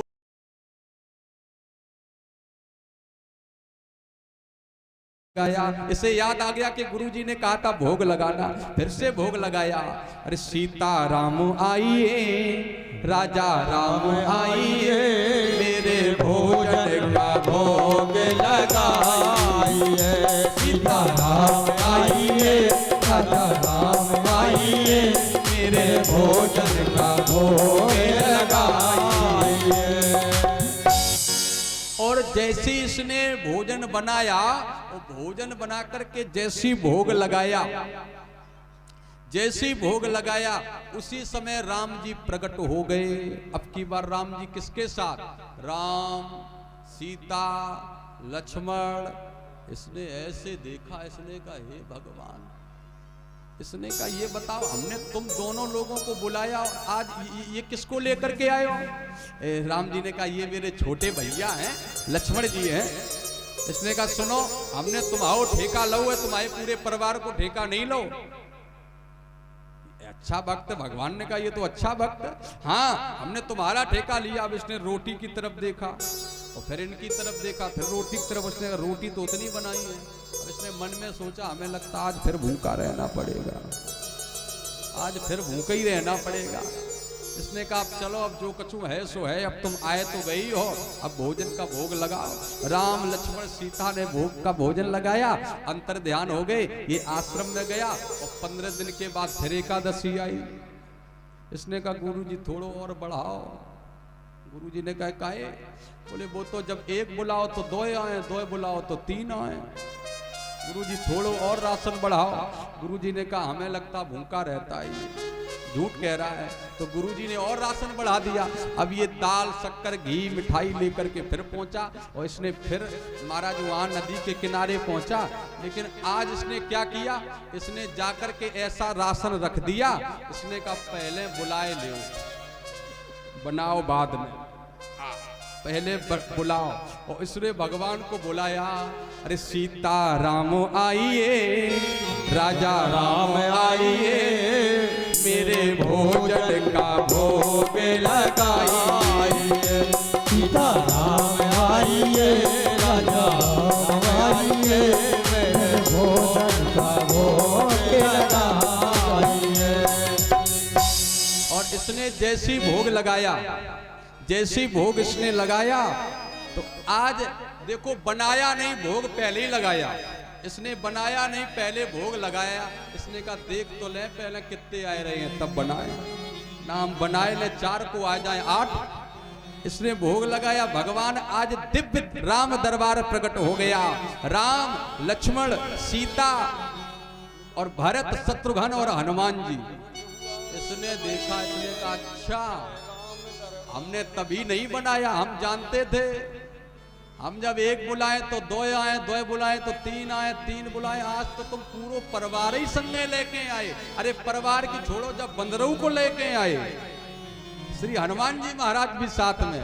तो राम जी ने कहा तो भक्तराज भोजन कहाँ है, भोग लगाएं?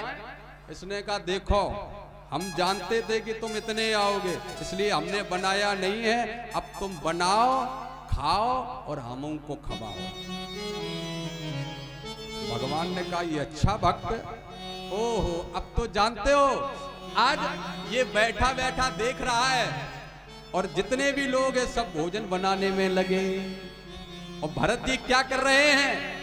अरे श्री भरत जी भंडारे बनाने लगे। श्री भरत जी भंडारे बनाने लगे। भरत जी भंडारे बनाने लगे। भरत जी भंडारे बनाने लगे। भरत जी भंडारे बनाने लगे। भरत जी भंडारे बनाने लगे। और हनुमान जी महाराज पूछते हनुमान चौका लगाने लगे। पूछते हनुमान चौका लगाने लगे। हनुमान चौका लगाने लगे। और लखन जो ये लकड़ी लाने लगे। लखन जो ये लकड़ी लाने लगे। और ये सीता रसोई बनाने लगे। और सीता रसोई बनाने लगे। भरत जी भंडारे बनाने लगे। लखन जो ये लकड़ी भरत जी भंडारे बनाने लगे। और जानते हो भरण पोषण करने वाले कौन है? विश्व भरण पोषण कर जोई और ताकर नाम भरत यश होई। भरत जी भंडारे बनाने लगे और श्री हनुमान जी महाराज अपनी पूंछ से चौका लगाने लगे और लक्ष्मण जी लकड़ी चुन करके लाने लगे। और माँ जानकी कौन है? अन्नपूर्णा मैया है, ये भोजन बनाने लगी। और ये बड़ा आराम से बैठा और मुस्कुराए, बहुत बढ़िया बनाओ महाराज, खाओ और मुंह खवाओ। लेकिन तब तक गुरुजी आ गए। गुरुजी ने कहा भाई चेला, हाँ गुरुदेव। बोले भोजन कहाँ है? बोले बन रहा है गुरुजी, बन रहा है। कहाँ बन रहा है? गुरुजी ने कहा बन रहा है, कहाँ बन रहा है, हमें तो दिखाई नहीं दे रहा। बोले गुरुजी तुम्हें देखो सब भरत जी, राम जी, लक्ष्मण जी सब बनाने में लगे। गुरुजी ने कहा क्या ये क्या रहा है? गुरुजी ने कहा चेला अगर भगवान का तुम्हें दर्शन हुआ है तो हमें भी दर्शन कराओ, क्योंकि जानते हो भगवान कहते हैं कि मोही कपट छल छिद्र न भावा, निर्मल मन जन सो मोहि पावा। भगवान कहते हैं कि मुझे कपट छल छिद्र अच्छा नहीं लगता है, जिसका मन साफ है, जिसका मन निर्मल है, मैं उसी को मिलता हूँ। इसलिए प्यारे जब भी आप कथा में आए तो अपना मन साफ करके आए, निर्मल मन करके आए, भगवान मिल जाएगा। लेकिन आप पहले ही से भरे भराए आएंगे तो कथा में कुछ नहीं मिलेगा। जैसे गगरी में अगर पहले से जल भरा हो तो जब जल डालोगे तो फैल जाएगा, अगर खाली होगी तो उसमें कुछ भरा जाएगा। तो कहने का मतलब भगवान केवल भक्त का भाव देखते हैं। राम जी ने कहा लक्ष्मण मेरा भरत ऐसा नहीं कर सकता है। क्यों? मच्छर अपनी फूंक से सुमेरु पर्वत उड़ा दे ये हम मान लेंगे, लेकिन मेरा भरत मेरे खिलाफ बोले ये मुझे स्वीकार नहीं है, ये ऐसा हो ही नहीं सकता, क्योंकि मुझे भरत पर विश्वास है। जो न हो तो जग जन्म भरत को, सकल धर्म धुर धर्म धरत को। अगर भरत का जन्म नहीं होता तो भरत कोई साधारण नहीं है। भा का मतलब भक्ति, रा का मतलब रति, ता का मतलब त्याग। भारत भा का मतलब जिसके अंदर भक्ति भरी है, रा का मतलब जिसके अंदर रति है भगवान के प्रति, और ता का मतलब जिसको दुनिया को जिसने त्याग दिया है वही तो भरत है। और जैसी सुना कि भरत आए हैं, आज राम जी बैठे हुए हैं शिला पर, धनुष को संभाल रहे हैं। जैसी सुना कि भरत आए हैं, अरे उठे राम सुने प्रेम अधीरा, उठे राम सुने प्रेम अधीरा, कहूँ पट कहूँ निसंग धनु तीरा,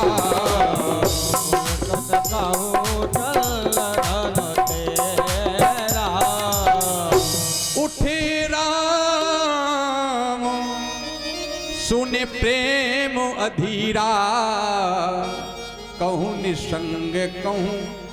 ले आओ, झांकी लगी है, ले आओ। आज राम जी ऐसे उठे जैसे सुना कि मेरा भैया भरत आ रहा है। भरत का प्रेम प्यारे हो, भरत वो है आज तक भरत के प्रेम के बारे में किसी कवि ने, किसी संत ने, किसी पुराण ने भरत जी की प्रेम की व्याख्या को नहीं कर पाया। भरत जी जो है, जो संसार का भरण पोषण करते हैं, भरत जी वो है जो भरते रहे,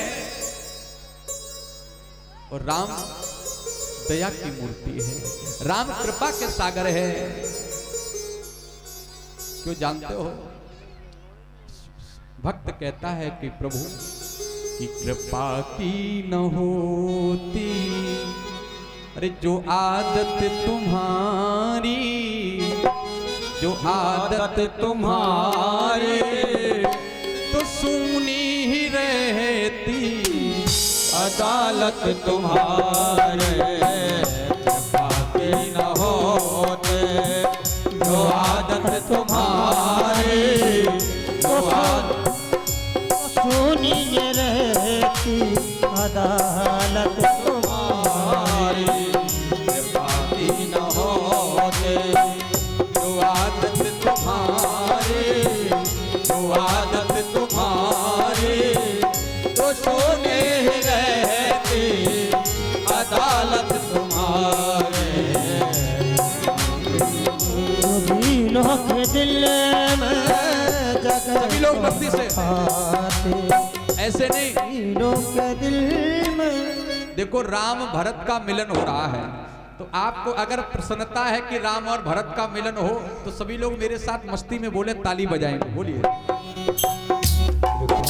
न होती जो आदत तुम्हारी, जो आदत तुम्हारी तो सुनी ही रहती, अदालत तुम्हारी तो सुनी ही रहती, अदालत तुम्हारी बाकी न होती।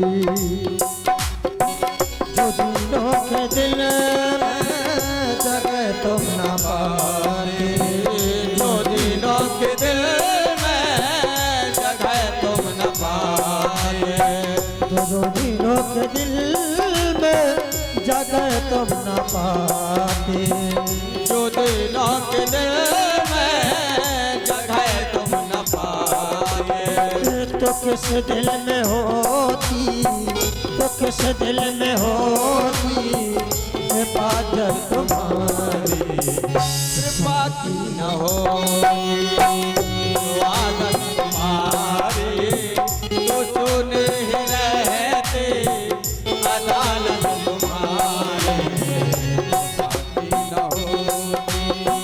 गरीबों की दुनिया है आबाद तुम होते, गरीबों की दुनिया है आबाद तुमसे, गरीबों की दुनिया आबाद तुमसे, गरीबों की दुनिया है आबाद तुमसे, गरीबों की हर बात, गरीबों की हर बात चाहत तुम्हारी न होती, जो आदत तुम्हारी सुनी ही रहती, अदालत तुम्हारे तो सुनी ही रहती, अदालत तुम्हारी।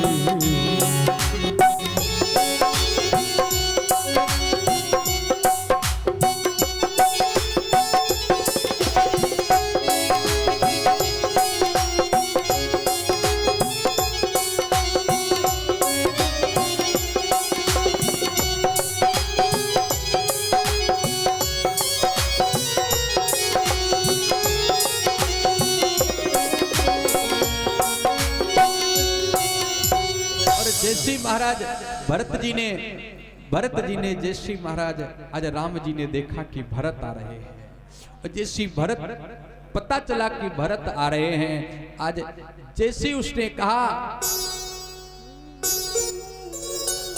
आकर के कि राम जी भरत जी आए हैं, भरत जी आए हैं, उसी समय राम जी उठे, राम सुने प्रेम अधीरा, कहूँ पट कहूँ निसंग धनु तीरा। आज जैसे ही देखा कि भरत जी आए हैं, राम जी उठे और उठकर के महाराज ऐसे दौड़ना प्रारंभ किया, राम जी का धनुष कहीं पड़ा है, राम जी का पट कहीं पड़ा है, दौड़ करके आए, धनुष राम जी का गिर गया और दौड़ करके भरत जी को गले से लगा लिया। आज जैसे महाराज भरत जी को गले से लगाया, राम ही भरत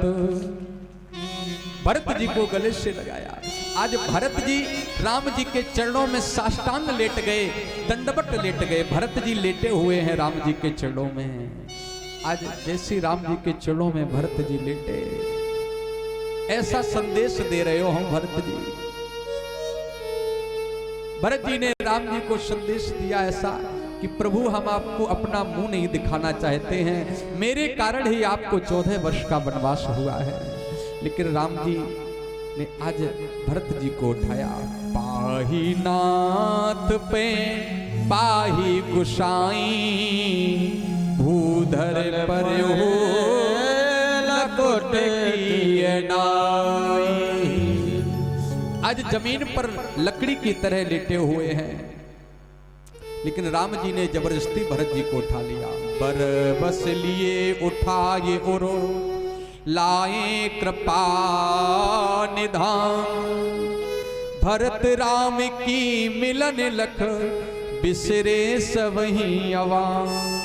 और जब भरत और राम जी के मिलन को देखा, देवता लोग पुष्प वर्षण करने लगे, सभी लोगों ने तालियों की गड़गड़ाहट की।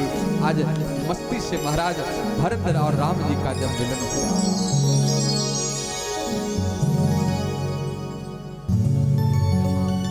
आज कुटिया में ले गए, भरत और राम जी पे वहीं पर मिले। अब झांकी को बिठा दें, इसी पे एक कुर्सी और लाए, भरत जी के लिए अलग, भरत जी के लिए अलग कुर्सी चेयर ले लें।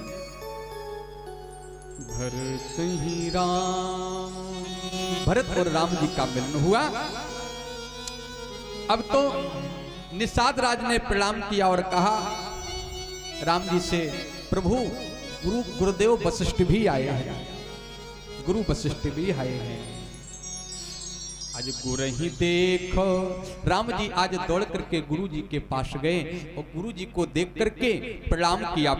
आज प्रभु ने गुरु ही देखे अनुज अनुरागे, दंड प्रणाम करन प्रभु लागे। भगवान ने गुरु जी को दंडवत प्रणाम किया। तो प्रणाम करने के बाद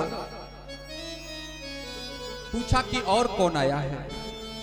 तो गुरुदेव ने कहा कि तुम्हारी तीनों माताएं भी आई हैं, केकई, सुमित्रा और कौशल्या। आज राम जी सबसे पहले जाकर के मैया केकई से मिले। जब माताओं को खड़ा देखा तो माताओं के मांग में सिंदूर नहीं है, पैरों में बिछिया नहीं है। आज राम जी समझ गए कि पिता का अंत हो चुका है, पिता सुरपुर जा चुके हैं। बहुत दुख हुआ राम जी को। आज राम जी ने वहीं पर बैठ करके, सबके साथ बैठ करके राम जी ने शोक प्रकट किया। व्रत निरंबित ही दिन प्रभु कीना, मुनहि कहे जल काहू न लीना। आज राम जी ने, जिस दिन राम जी को पता चला कि मेरे पिता का सुरपुर गमन हो चुका है, राम जी ने उस दिन ना तो कुछ खाया और ना कुछ पिया। राम जी ने ऐसी रहे राम जी कर पितु क्रिया। आज वहीं पर राम जी ने पिताजी का पिंड दान किया, चित्रकूट में ही पिताजी का पिंडदान किया। इसके बाद आज किसी ने सूचना दिया कि तब तक कि महाराज जनक आए। जनक महाराज भी वहीं पर चित्रकूट में पहुंचे। अब आप लोग विचार करिए। अब मैं अंतिम बात आपसे बोलने जा रहा हूं, इसके बाद अपनी बाड़ी को हम विराम देंगे। 5:15 हो भी गया है। बात यह है कि सब कहते हैं कि राम जी जब अयोध्या से गए तो राम जी पैर में खड़ाऊ पहन करके नहीं गए। बोलो, किसी ने सुना हो, किसी ने पढ़ा हो कि राम जी खड़ाऊ पहन के गए? राम जी नंगे पांव गए अयोध्या से बन। लेकिन जब भरत जी आए तो भरत जी को चरण पादुकाएं राम जी ने कहां से दी? बस मेन बात ये, पूरी कथा का सार मैं आपको केवल 5 मिनट में दूंगा कि ये चरण पादुकाएं आई कहां से। अब मैं आपको बता रहा हूं कि जनकपुर से जब महाराज जनक आए, चित्रकूट में जब महाराज जनक आए तो जनक जी चरण पादुकाओं को लेकर आए। लेकिन अब समझिए, ये चरण पादुकाएं बनी किसकी हैं? जनक महाराज चरण पादुकाओं को लेकर के, खड़ाऊओं को लेकर के गए, लेकिन ये चरण पादुकाएं बनी किसकी हैं? आइए पीछे चलते हैं दूसरे दिन की कथा में। दूसरे दिन की कथा में हमने बताया था कि जब राम जी ने ताड़का का वध किया तो दीन जानते ही निज पद दीना, और एक ही बाण प्राण हर लीना। राम जी ने ताड़का का एक ही बाण से वध कर दिया। दीन, अब इन शब्दों को समझिए, चौपाई कह रही है दीन जानते ही निज पद दीना। भगवान ने पद दिया। भगवान ने ताड़का को कौन सा पद दिया? अब आप लोग विचार ये करते होंगे कि अपना पद दे दिया, अपना धाम दे दिया ना। पद कौन सा दिया राम जी ने? क्योंकि जो जनकपुर है, जो ये जहां पर ये गुरु विश्वामित्र का आश्रम है, ये पहले जनकपुर की सीमा में पड़ता था। जब भारत देश का बंटवारा हुआ तो ये अपने भारत में आ गया, जनकपुर अलग हो गया। तो जब राम जी ने ताड़का का वध किया तो ताड़का पड़ी हुई है। ताड़का ने कहा कि प्रभु, मेरी अंतिम इच्छा अधूरी रह गई, मेरी अंतिम इच्छा पूरी नहीं हो पाई। तो भगवान राम ने ताड़का से कहा कि तुम्हारी अंतिम इच्छा क्या थी? ताड़का ने कहा, प्रभु मेरी अंतिम इच्छा थी, मैं तुम्हारी अयोध्या नगरी पर अपना राज्य स्थापित करना चाहती थी। भगवान ने कहा, ताड़का तुम्हारी जो अंतिम इच्छा है वो जरूर पूरी होगी। अब कैसे पूरी होगी? तो आज उसी ताड़का की अस्थियों से चरण पादुकाएं बनाई गई। वही जनक महाराज की सीमा पे था, जनक महाराज लेकर के गए। और जब महाराज जनक राम जी से चित्रकूट में मिल करने के लिए आए तो इन चरण पादुकाओं को लेकर के आए। उन्हीं चरण पादुकाओं को राम जी ने भरत को दिया, जिससे भरत ने उन्हीं चरण पादुकाओं को 14 वर्ष तक सिंहासन पर रखा, क्योंकि ताड़का की भी अंतिम इच्छा पूरी राम जी को करनी थी। इसलिए आज इस इच्छा को पूर्ण किया, ताड़का की इच्छा को। जो ये चरण पादुकाएं थी ये ताड़का की अस्थियों से, हड्डियों से बनी थी। इसलिए 14 वर्ष तक यहाँ चरण पादुकाओं को रख करके भरत जी ने राजकाज चलाया। दीन जानते ही निज पद दीना, एक ही बाण प्राण हर लीना। एक बाण में ही प्राण का हरण कर लिया। बस यही पूरी कथा का सार है, पूरी कथा का यही सार है। तो आज महाराज वहीं पर गुरु जी के पास गए, राम जी कैसे बात की जाए। आज भरत जी गुरु जी के पास गए और गुरुदेव से कहा, गुरुदेव भैया राम से कैसे चर्चा की जाए कि तुम अयोध्या वापस लौट चलो। किन किसी की हिम्मत नहीं पड़ रही है। आज वहीं पर एक सभा को बुलाया गया, एक सभा लगी है, सब बैठे हैं। गुरु वशिष्ठ बैठे हैं, तीनों माताएं बैठी हैं, सारे अयोध्या वासी बैठे हैं, भरत जी बैठे हैं, लक्ष्मण जी बैठे हैं, शत्रुघ्न लाल बैठे हैं, राम जी बैठे हैं, मां जानकी बैठी है। और गुरुजी ने कहा, भरत हाँ तुम इनके प्रेमी हो। भरत ने कहा, भरत चुपचाप खड़े हैं, भरत ने कोई बात नहीं की। मोहु सकोप स्नेह बस सन्मुख कही न बैना, दर्शन तृपति न आज तक प्रेम प्यासे नैन। आज जो नैन है वो प्रेम के प्यासे हैं, राम जी का दर्शन। ये नेत्र कह रहे हैं कि राम जी का दर्शन करते रहे। अच्छा प्रेम, एक चीज बताओ बेला वाले, प्रेम को नापा जा सकता है? प्रेम नापने की कोई वस्तु है जिससे प्रेम नापा जाए? जैसे दूध तो लीटर से नापा जाता है, पानी तो लीटर से नापा जाता है, लेकिन प्रेम नापने की कोई चीज है? बोलो। अगर सामने वाला आपसे प्रेम कर रहा है, आप कैसे नापोगे कि सामने वाला कितना प्रेम कर रहा है कोई आपके पास मापक यंत्र, नापक यंत्र? नहीं है। मैं आपको बता रहा हूं, आप लोग है मापक यंत्र है कि सामने वाला मुझे कितना प्रेम करता है। प्रेम में 3 चीजें होती हैं, नोट करिए। कहा ना जाए, रहा ना जाए, सहा ना जाए। कहा क्या ना जाए? प्रेमी को अपने दिल की बात कह ना पाए, प्रेम इतना करे कि अपनी बात कह ना पाए, और प्रेमी को बिना देखे रहा ना जाए, और दर्द इतना कि सहा ना जाए। कहा ना जाए, रहा ना जाए, सहा ना जाए, तो समझ लो कि ये मेरे से प्रेम करता है। प्रेम में यही 3 चीजें होती है, समझ लेना कि ये व्यक्ति बहुत प्रेम करता है। जिस व्यक्ति प्रेमी को बिना देखे रह ना पाए, दर्द इतना कि सह ना पाए और कुछ कह ना पाए, बस वही प्रेमी का मतलब है। क्योंकि राम ही केवल प्रेम प्यारा, जाने सो जानन हारा। राम केवल प्रेम प्यारा, जान ले सो जानन हारा। राम ही केवल प्रेम प्यारा, जान ले सो जानन हारा। इसलिए राम जी केवल प्रेम के प्यारे हैं। भाई का प्रेम निस्वार्थ होता है प्यारे। एक चीज और याद रखना, आप जितने भी रिश्ते हैं सब स्वार्थ के हैं, लेकिन जो भाई का प्रेम होता है वो निस्वार्थ होता है, कोई स्वार्थ नहीं होता है।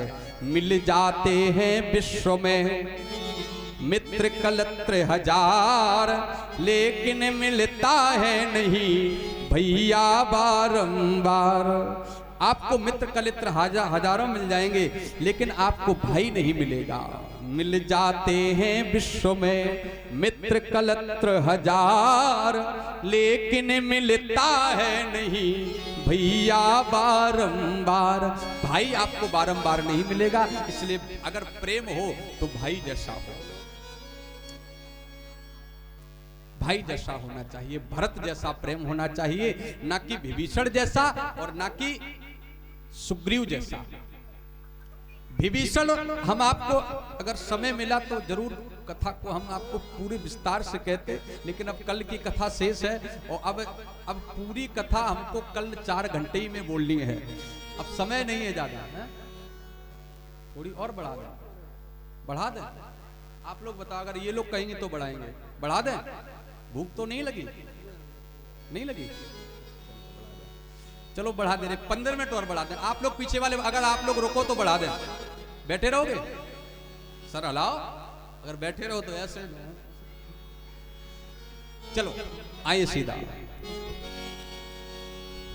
अरे रघुनंदने राघव राम हरि, सभी लोग मस्ती से मेरे साथ ताली बजा करके बोलेंगे, हम आपको ले चलेंगे। सभी लोग ताली बजाएंगे, इसके बाद हम 15 मिनट और कथा को ले चलेंगे। आप लोग सभी लोग बोलेंगे। हरे श्री राम जैसी शक्ति न हुई न है न होगी, न हुई न है न होगी। श्री राम जैसी शक्ति न हुई न है न होगी, न हुई न है न होगी। बिना नाम के मुक्ति, बिना नाम के मुक्ति न हुई न है न होगी, न हुई न है न होगी। श्री राम जगते न होए न होगे, राम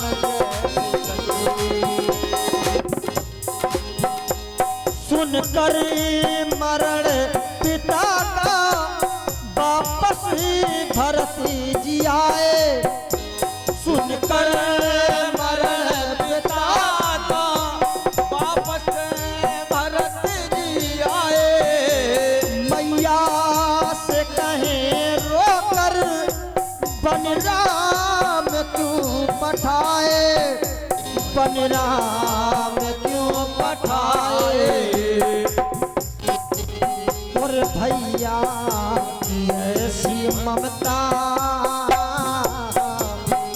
भैया की ऐसी ममता न हुई न है न होगी, न हुई न है न होगी। भैया की ऐसी ममता न होए न है न होगी। भैया की ऐसी ममता न होए।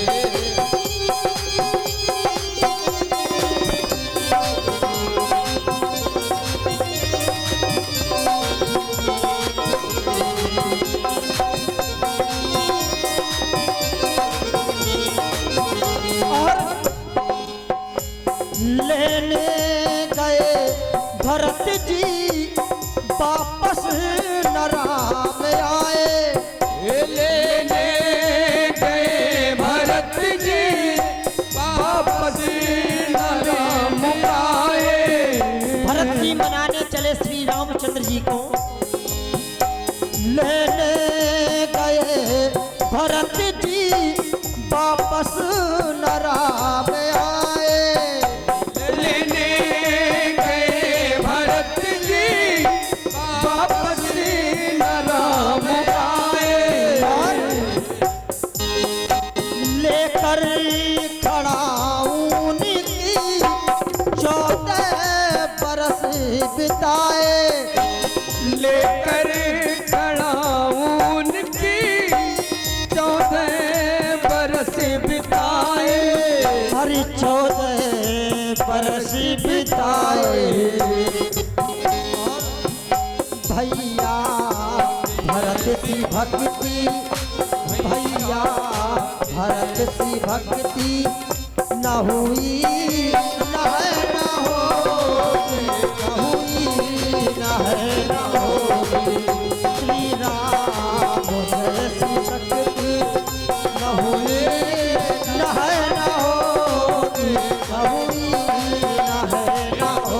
बिना नाम इनके मुक्ति, बिना नाम इनके मुक्ति न हो रे न है न होगे, न हुए न है न होगे। श्री राम जय न हो रे न है न होगे, न हुए न है न होगे। बिना नाम इनके मुक्ति न हुए न है न होगी, न हुए न है न होगी।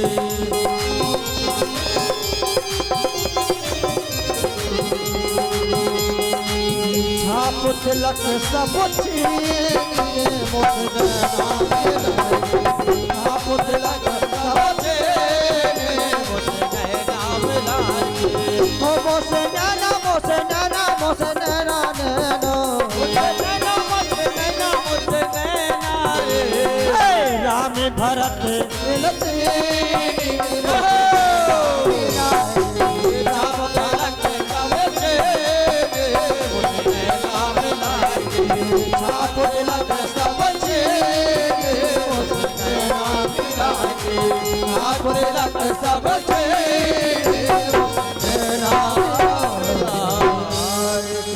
बोलो राजा रामचंद्र की जय हो। अब राम जी, भरत जी उन चरण पादुकाओं को लेकर के राम जी ने कई प्रकार से भरत जी को समझाया और भरत जी चरण पादुकाओं को लेकर के आज अयोध्या चले जाते हैं। अब एक दिन भगवान राम चित्रकूट में बैठे हैं मां जानकी के साथ में, और एक दिन राम जी ने क्या किया, चौपाई कह रही है कि एक बार चुन कुसुमो सुहाए और निज कर भूषण राम बनाए।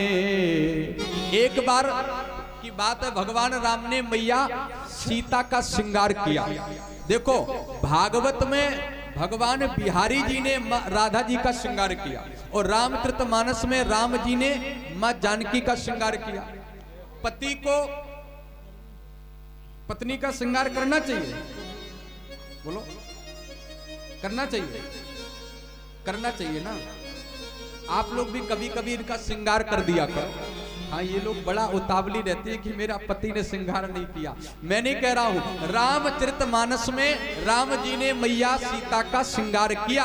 एक शिला पर बैठे हैं, मां जानकी भी बैठी हैं, और उसी समय क्या हुआ, जब श्रृंगार किया तो भगवान राम ने फूलों का श्रृंगार किया कि एक बार चुन कुसुम सुहाए निज कर भूषण राम बनाए। एक बार चुन कुसुम सुहाए निज कर भूषण राम बनाए। श्रृंगार किया, और जब श्रृंगार किया तो उसी समय क्या हुआ, एक इंद्र का बेटा जयंत आया, और जब इंद्र का बेटा जयंत आया तो उसने देखा तो इसने क्या किया, माता जी के चरणों में चोंच मारी। सीता चरणे चोंच करे लगा। आज सीता मैया के चरणों में चोंच मार करके ये जयंत भागा, और जैसी महाराज भागा ये तो राम जी ने कुश निकाला और कुश निकाल करके इसके पीछे छोड़ा। आज जयंत जिधर भी जाता है, आज भगवान का वो बाण जयंत के पीछे लगा है, कौआ के पीछे लगा है। आज तीनों लोकों में भ्रमण किया, लेकिन कहीं भी कोई स्थान नहीं मिला जयंत को जिससे जयंत को शांति मिल जाती। ऐसा कोई भी स्थान नहीं मिला, क्योंकि जो भगवान का अपराधी होता है उसे कोई शरण नहीं देता है। जो भगवान का अपराधी होता है उसे कोई कभी शरण नहीं देता है। लेकिन बाबा नारद ने देखा क्या, कि नारद देखा बिकले जयंता और लाग दया को मल चित सुनता। नारद देखा बिकले जयंता लागी दया को मल चित सुनता। नारद देखा। नारद जी ने जब देखा कि जयंत व्याकुल है तो कहा कि तुम्हें कहीं शरण नहीं मिलेगी, तुम स्वयं भगवान राम की शरण में जाओ, वही तुम्हारी रक्षा करेंगे। आज जयंत राम जी की शरण में गया, लेकिन राम जी ने उसको दंड दिया, और दंड क्या दिया, उसकी एक आंख फोड़ दी। कौए को आज भी एक ही आंख से दिखता है, कभी भी आप देखना कौआ ऐसे नहीं देखेगा, जब सामने देखा गया तो ऐसे नहीं देखेगा, क्योंकि इसकी आंखें इधर होती है ना, तो कौआ को जब देखना तो कैसे देखेगा पता है, ऐसे ऐसे दिखता है, एक आंख से दिखता है। क्यों? लोग कहते नहीं है कि क्या कौआ दृष्टि है तेरी, बोले कौए की तरह देख रहा है। तो आज भी कौए को एक आंख से दिखता नहीं है, जे बात और मारो। हाँ, अब जो सही रहेंगे, चौबे जी आ गए। हाँ, एक डंडा ले, बोलो गोविंद भगवान की, बोलो राजा रामचंद्र की जय हो। आज जयंत को भगवान ने दंड दिया। अब देखिए, अब आगे भगवान अत्रि मुनि के आश्रम में जाएंगे, अनसुईया आश्रम में जाएंगे, और जाते हुए आज देखो बहुत बहुत अनंत कथाएं हैं, बहुत सारी कथाएं हैं। आप ये मत कहना कि पंडित जी ने ये छोड़ दी वो छोड़ दी, क्योंकि किसी भी एक कथा को पूरा विस्तार से सुनियो तो समझ में आता है। आज हमने पूरा आपको भरत चरित्र सुनाया, जब से मैं बैठा 2.5 घंटे में केवल भरत चरित्र ही पूरा हो पाया। अगर रामचरितमानस में किसी भी प्रसंग को छुआ जाए तो पता है किसी भी कोई भी प्रसंग 2-1.5 घंटे से कम नहीं है। और कथा कितनी होती है? 4 घंटे। तो 4 घंटे में उतना सारम हो गया तम, क्योंकि भगवान की कथाएं बहुत हैं, हरि अनंत हरि कथा अनंता। और कल हमें रावण वध से लेकर के सीता हरण से लेकर के रावण वध और सीधा राम राज्य बैठे त्रिलोका, हर्षित भये गए सब शोका। कल राम जी का दरबार लगा होगा, राम लक्ष्मण भरत शत्रुघ्न मां जानकी, आज राम जी सिंहासन पर कल बैठेंगे। और बस यही है। दूसरी चीज ये है कि आपके नगर में, आपके गांव में आज भगवान की प्राण प्रतिष्ठा का भी 3रा दिन है। कल 2रा, परसों 4था, 5वां दिन है, तो सभी लोग उसका भी आनंद लें। आपके यहाँ यज्ञ चल रहा है, राधा कृष्ण की मूर्ति है, उसकी प्रतिष्ठा चल रही है। कल भगवान को उसमें अन्नादिवास कराया गया था, तो आज भगवान का फलादिवास कराया गया है। भगवान को फल के में दावा गया है, बिल्कुल इतने फल मंगाए गए हैं कि भगवान उसी फल में नीचे आज शयन करेंगे रात्रि भर। और जिसको दर्शन करना हो वो भगवान का दर्शन करता हुआ जाए, क्योंकि प्रतिष्ठा का भी राधा कृष्ण की मूर्ति है, उसका भी अनुष्ठान चल रहा है। ये सब आज भगवान फल पुष्प और मेवा में शयन कर रहे हैं। और कल भगवान का 108 प्रकार से स्नान कराया जाएगा। जो भी भगवान को स्नान कराए वो अपने अपने घर से गंगा जल लेकर के आए, भगवान को स्नान करा सकता है। और समय है स्नान का 11 बजे। 11 बजे आप लोग अपने अपने घर से लोटे में जल लेकर के आएंगे, भगवान को स्नान कराएंगे। और कल के बाद पता है कल भगवान की पैर पूजई भी होगी, तो जिसको भगवान के पैर पूजने हो वो कथा के बाद सीधा वहीं पर यज्ञ मंडप में पहुंचे। भगवान के कल पैर पूजे जाएंगे और परसों भगवान की बारात भी गांव में भ्रमण करेगी। जिसको बारात में जाना हो ठीक 9 बजे बारात गांव से निकल जाएगी, प्रस्थान 9 बजे कर जाएगी, क्योंकि 1 बजे तक का लगन है। 1 बजे तक भगवान को मंदिर में बिठा दिया जाएगा। तो परसों बारात भी चलेंगे और कल भगवान की पै पूजई होगी, तो सभी लोग अधिक से अधिक संख्या में आए। और कल की ही कथा केवल शेष है। आप बोलोगे?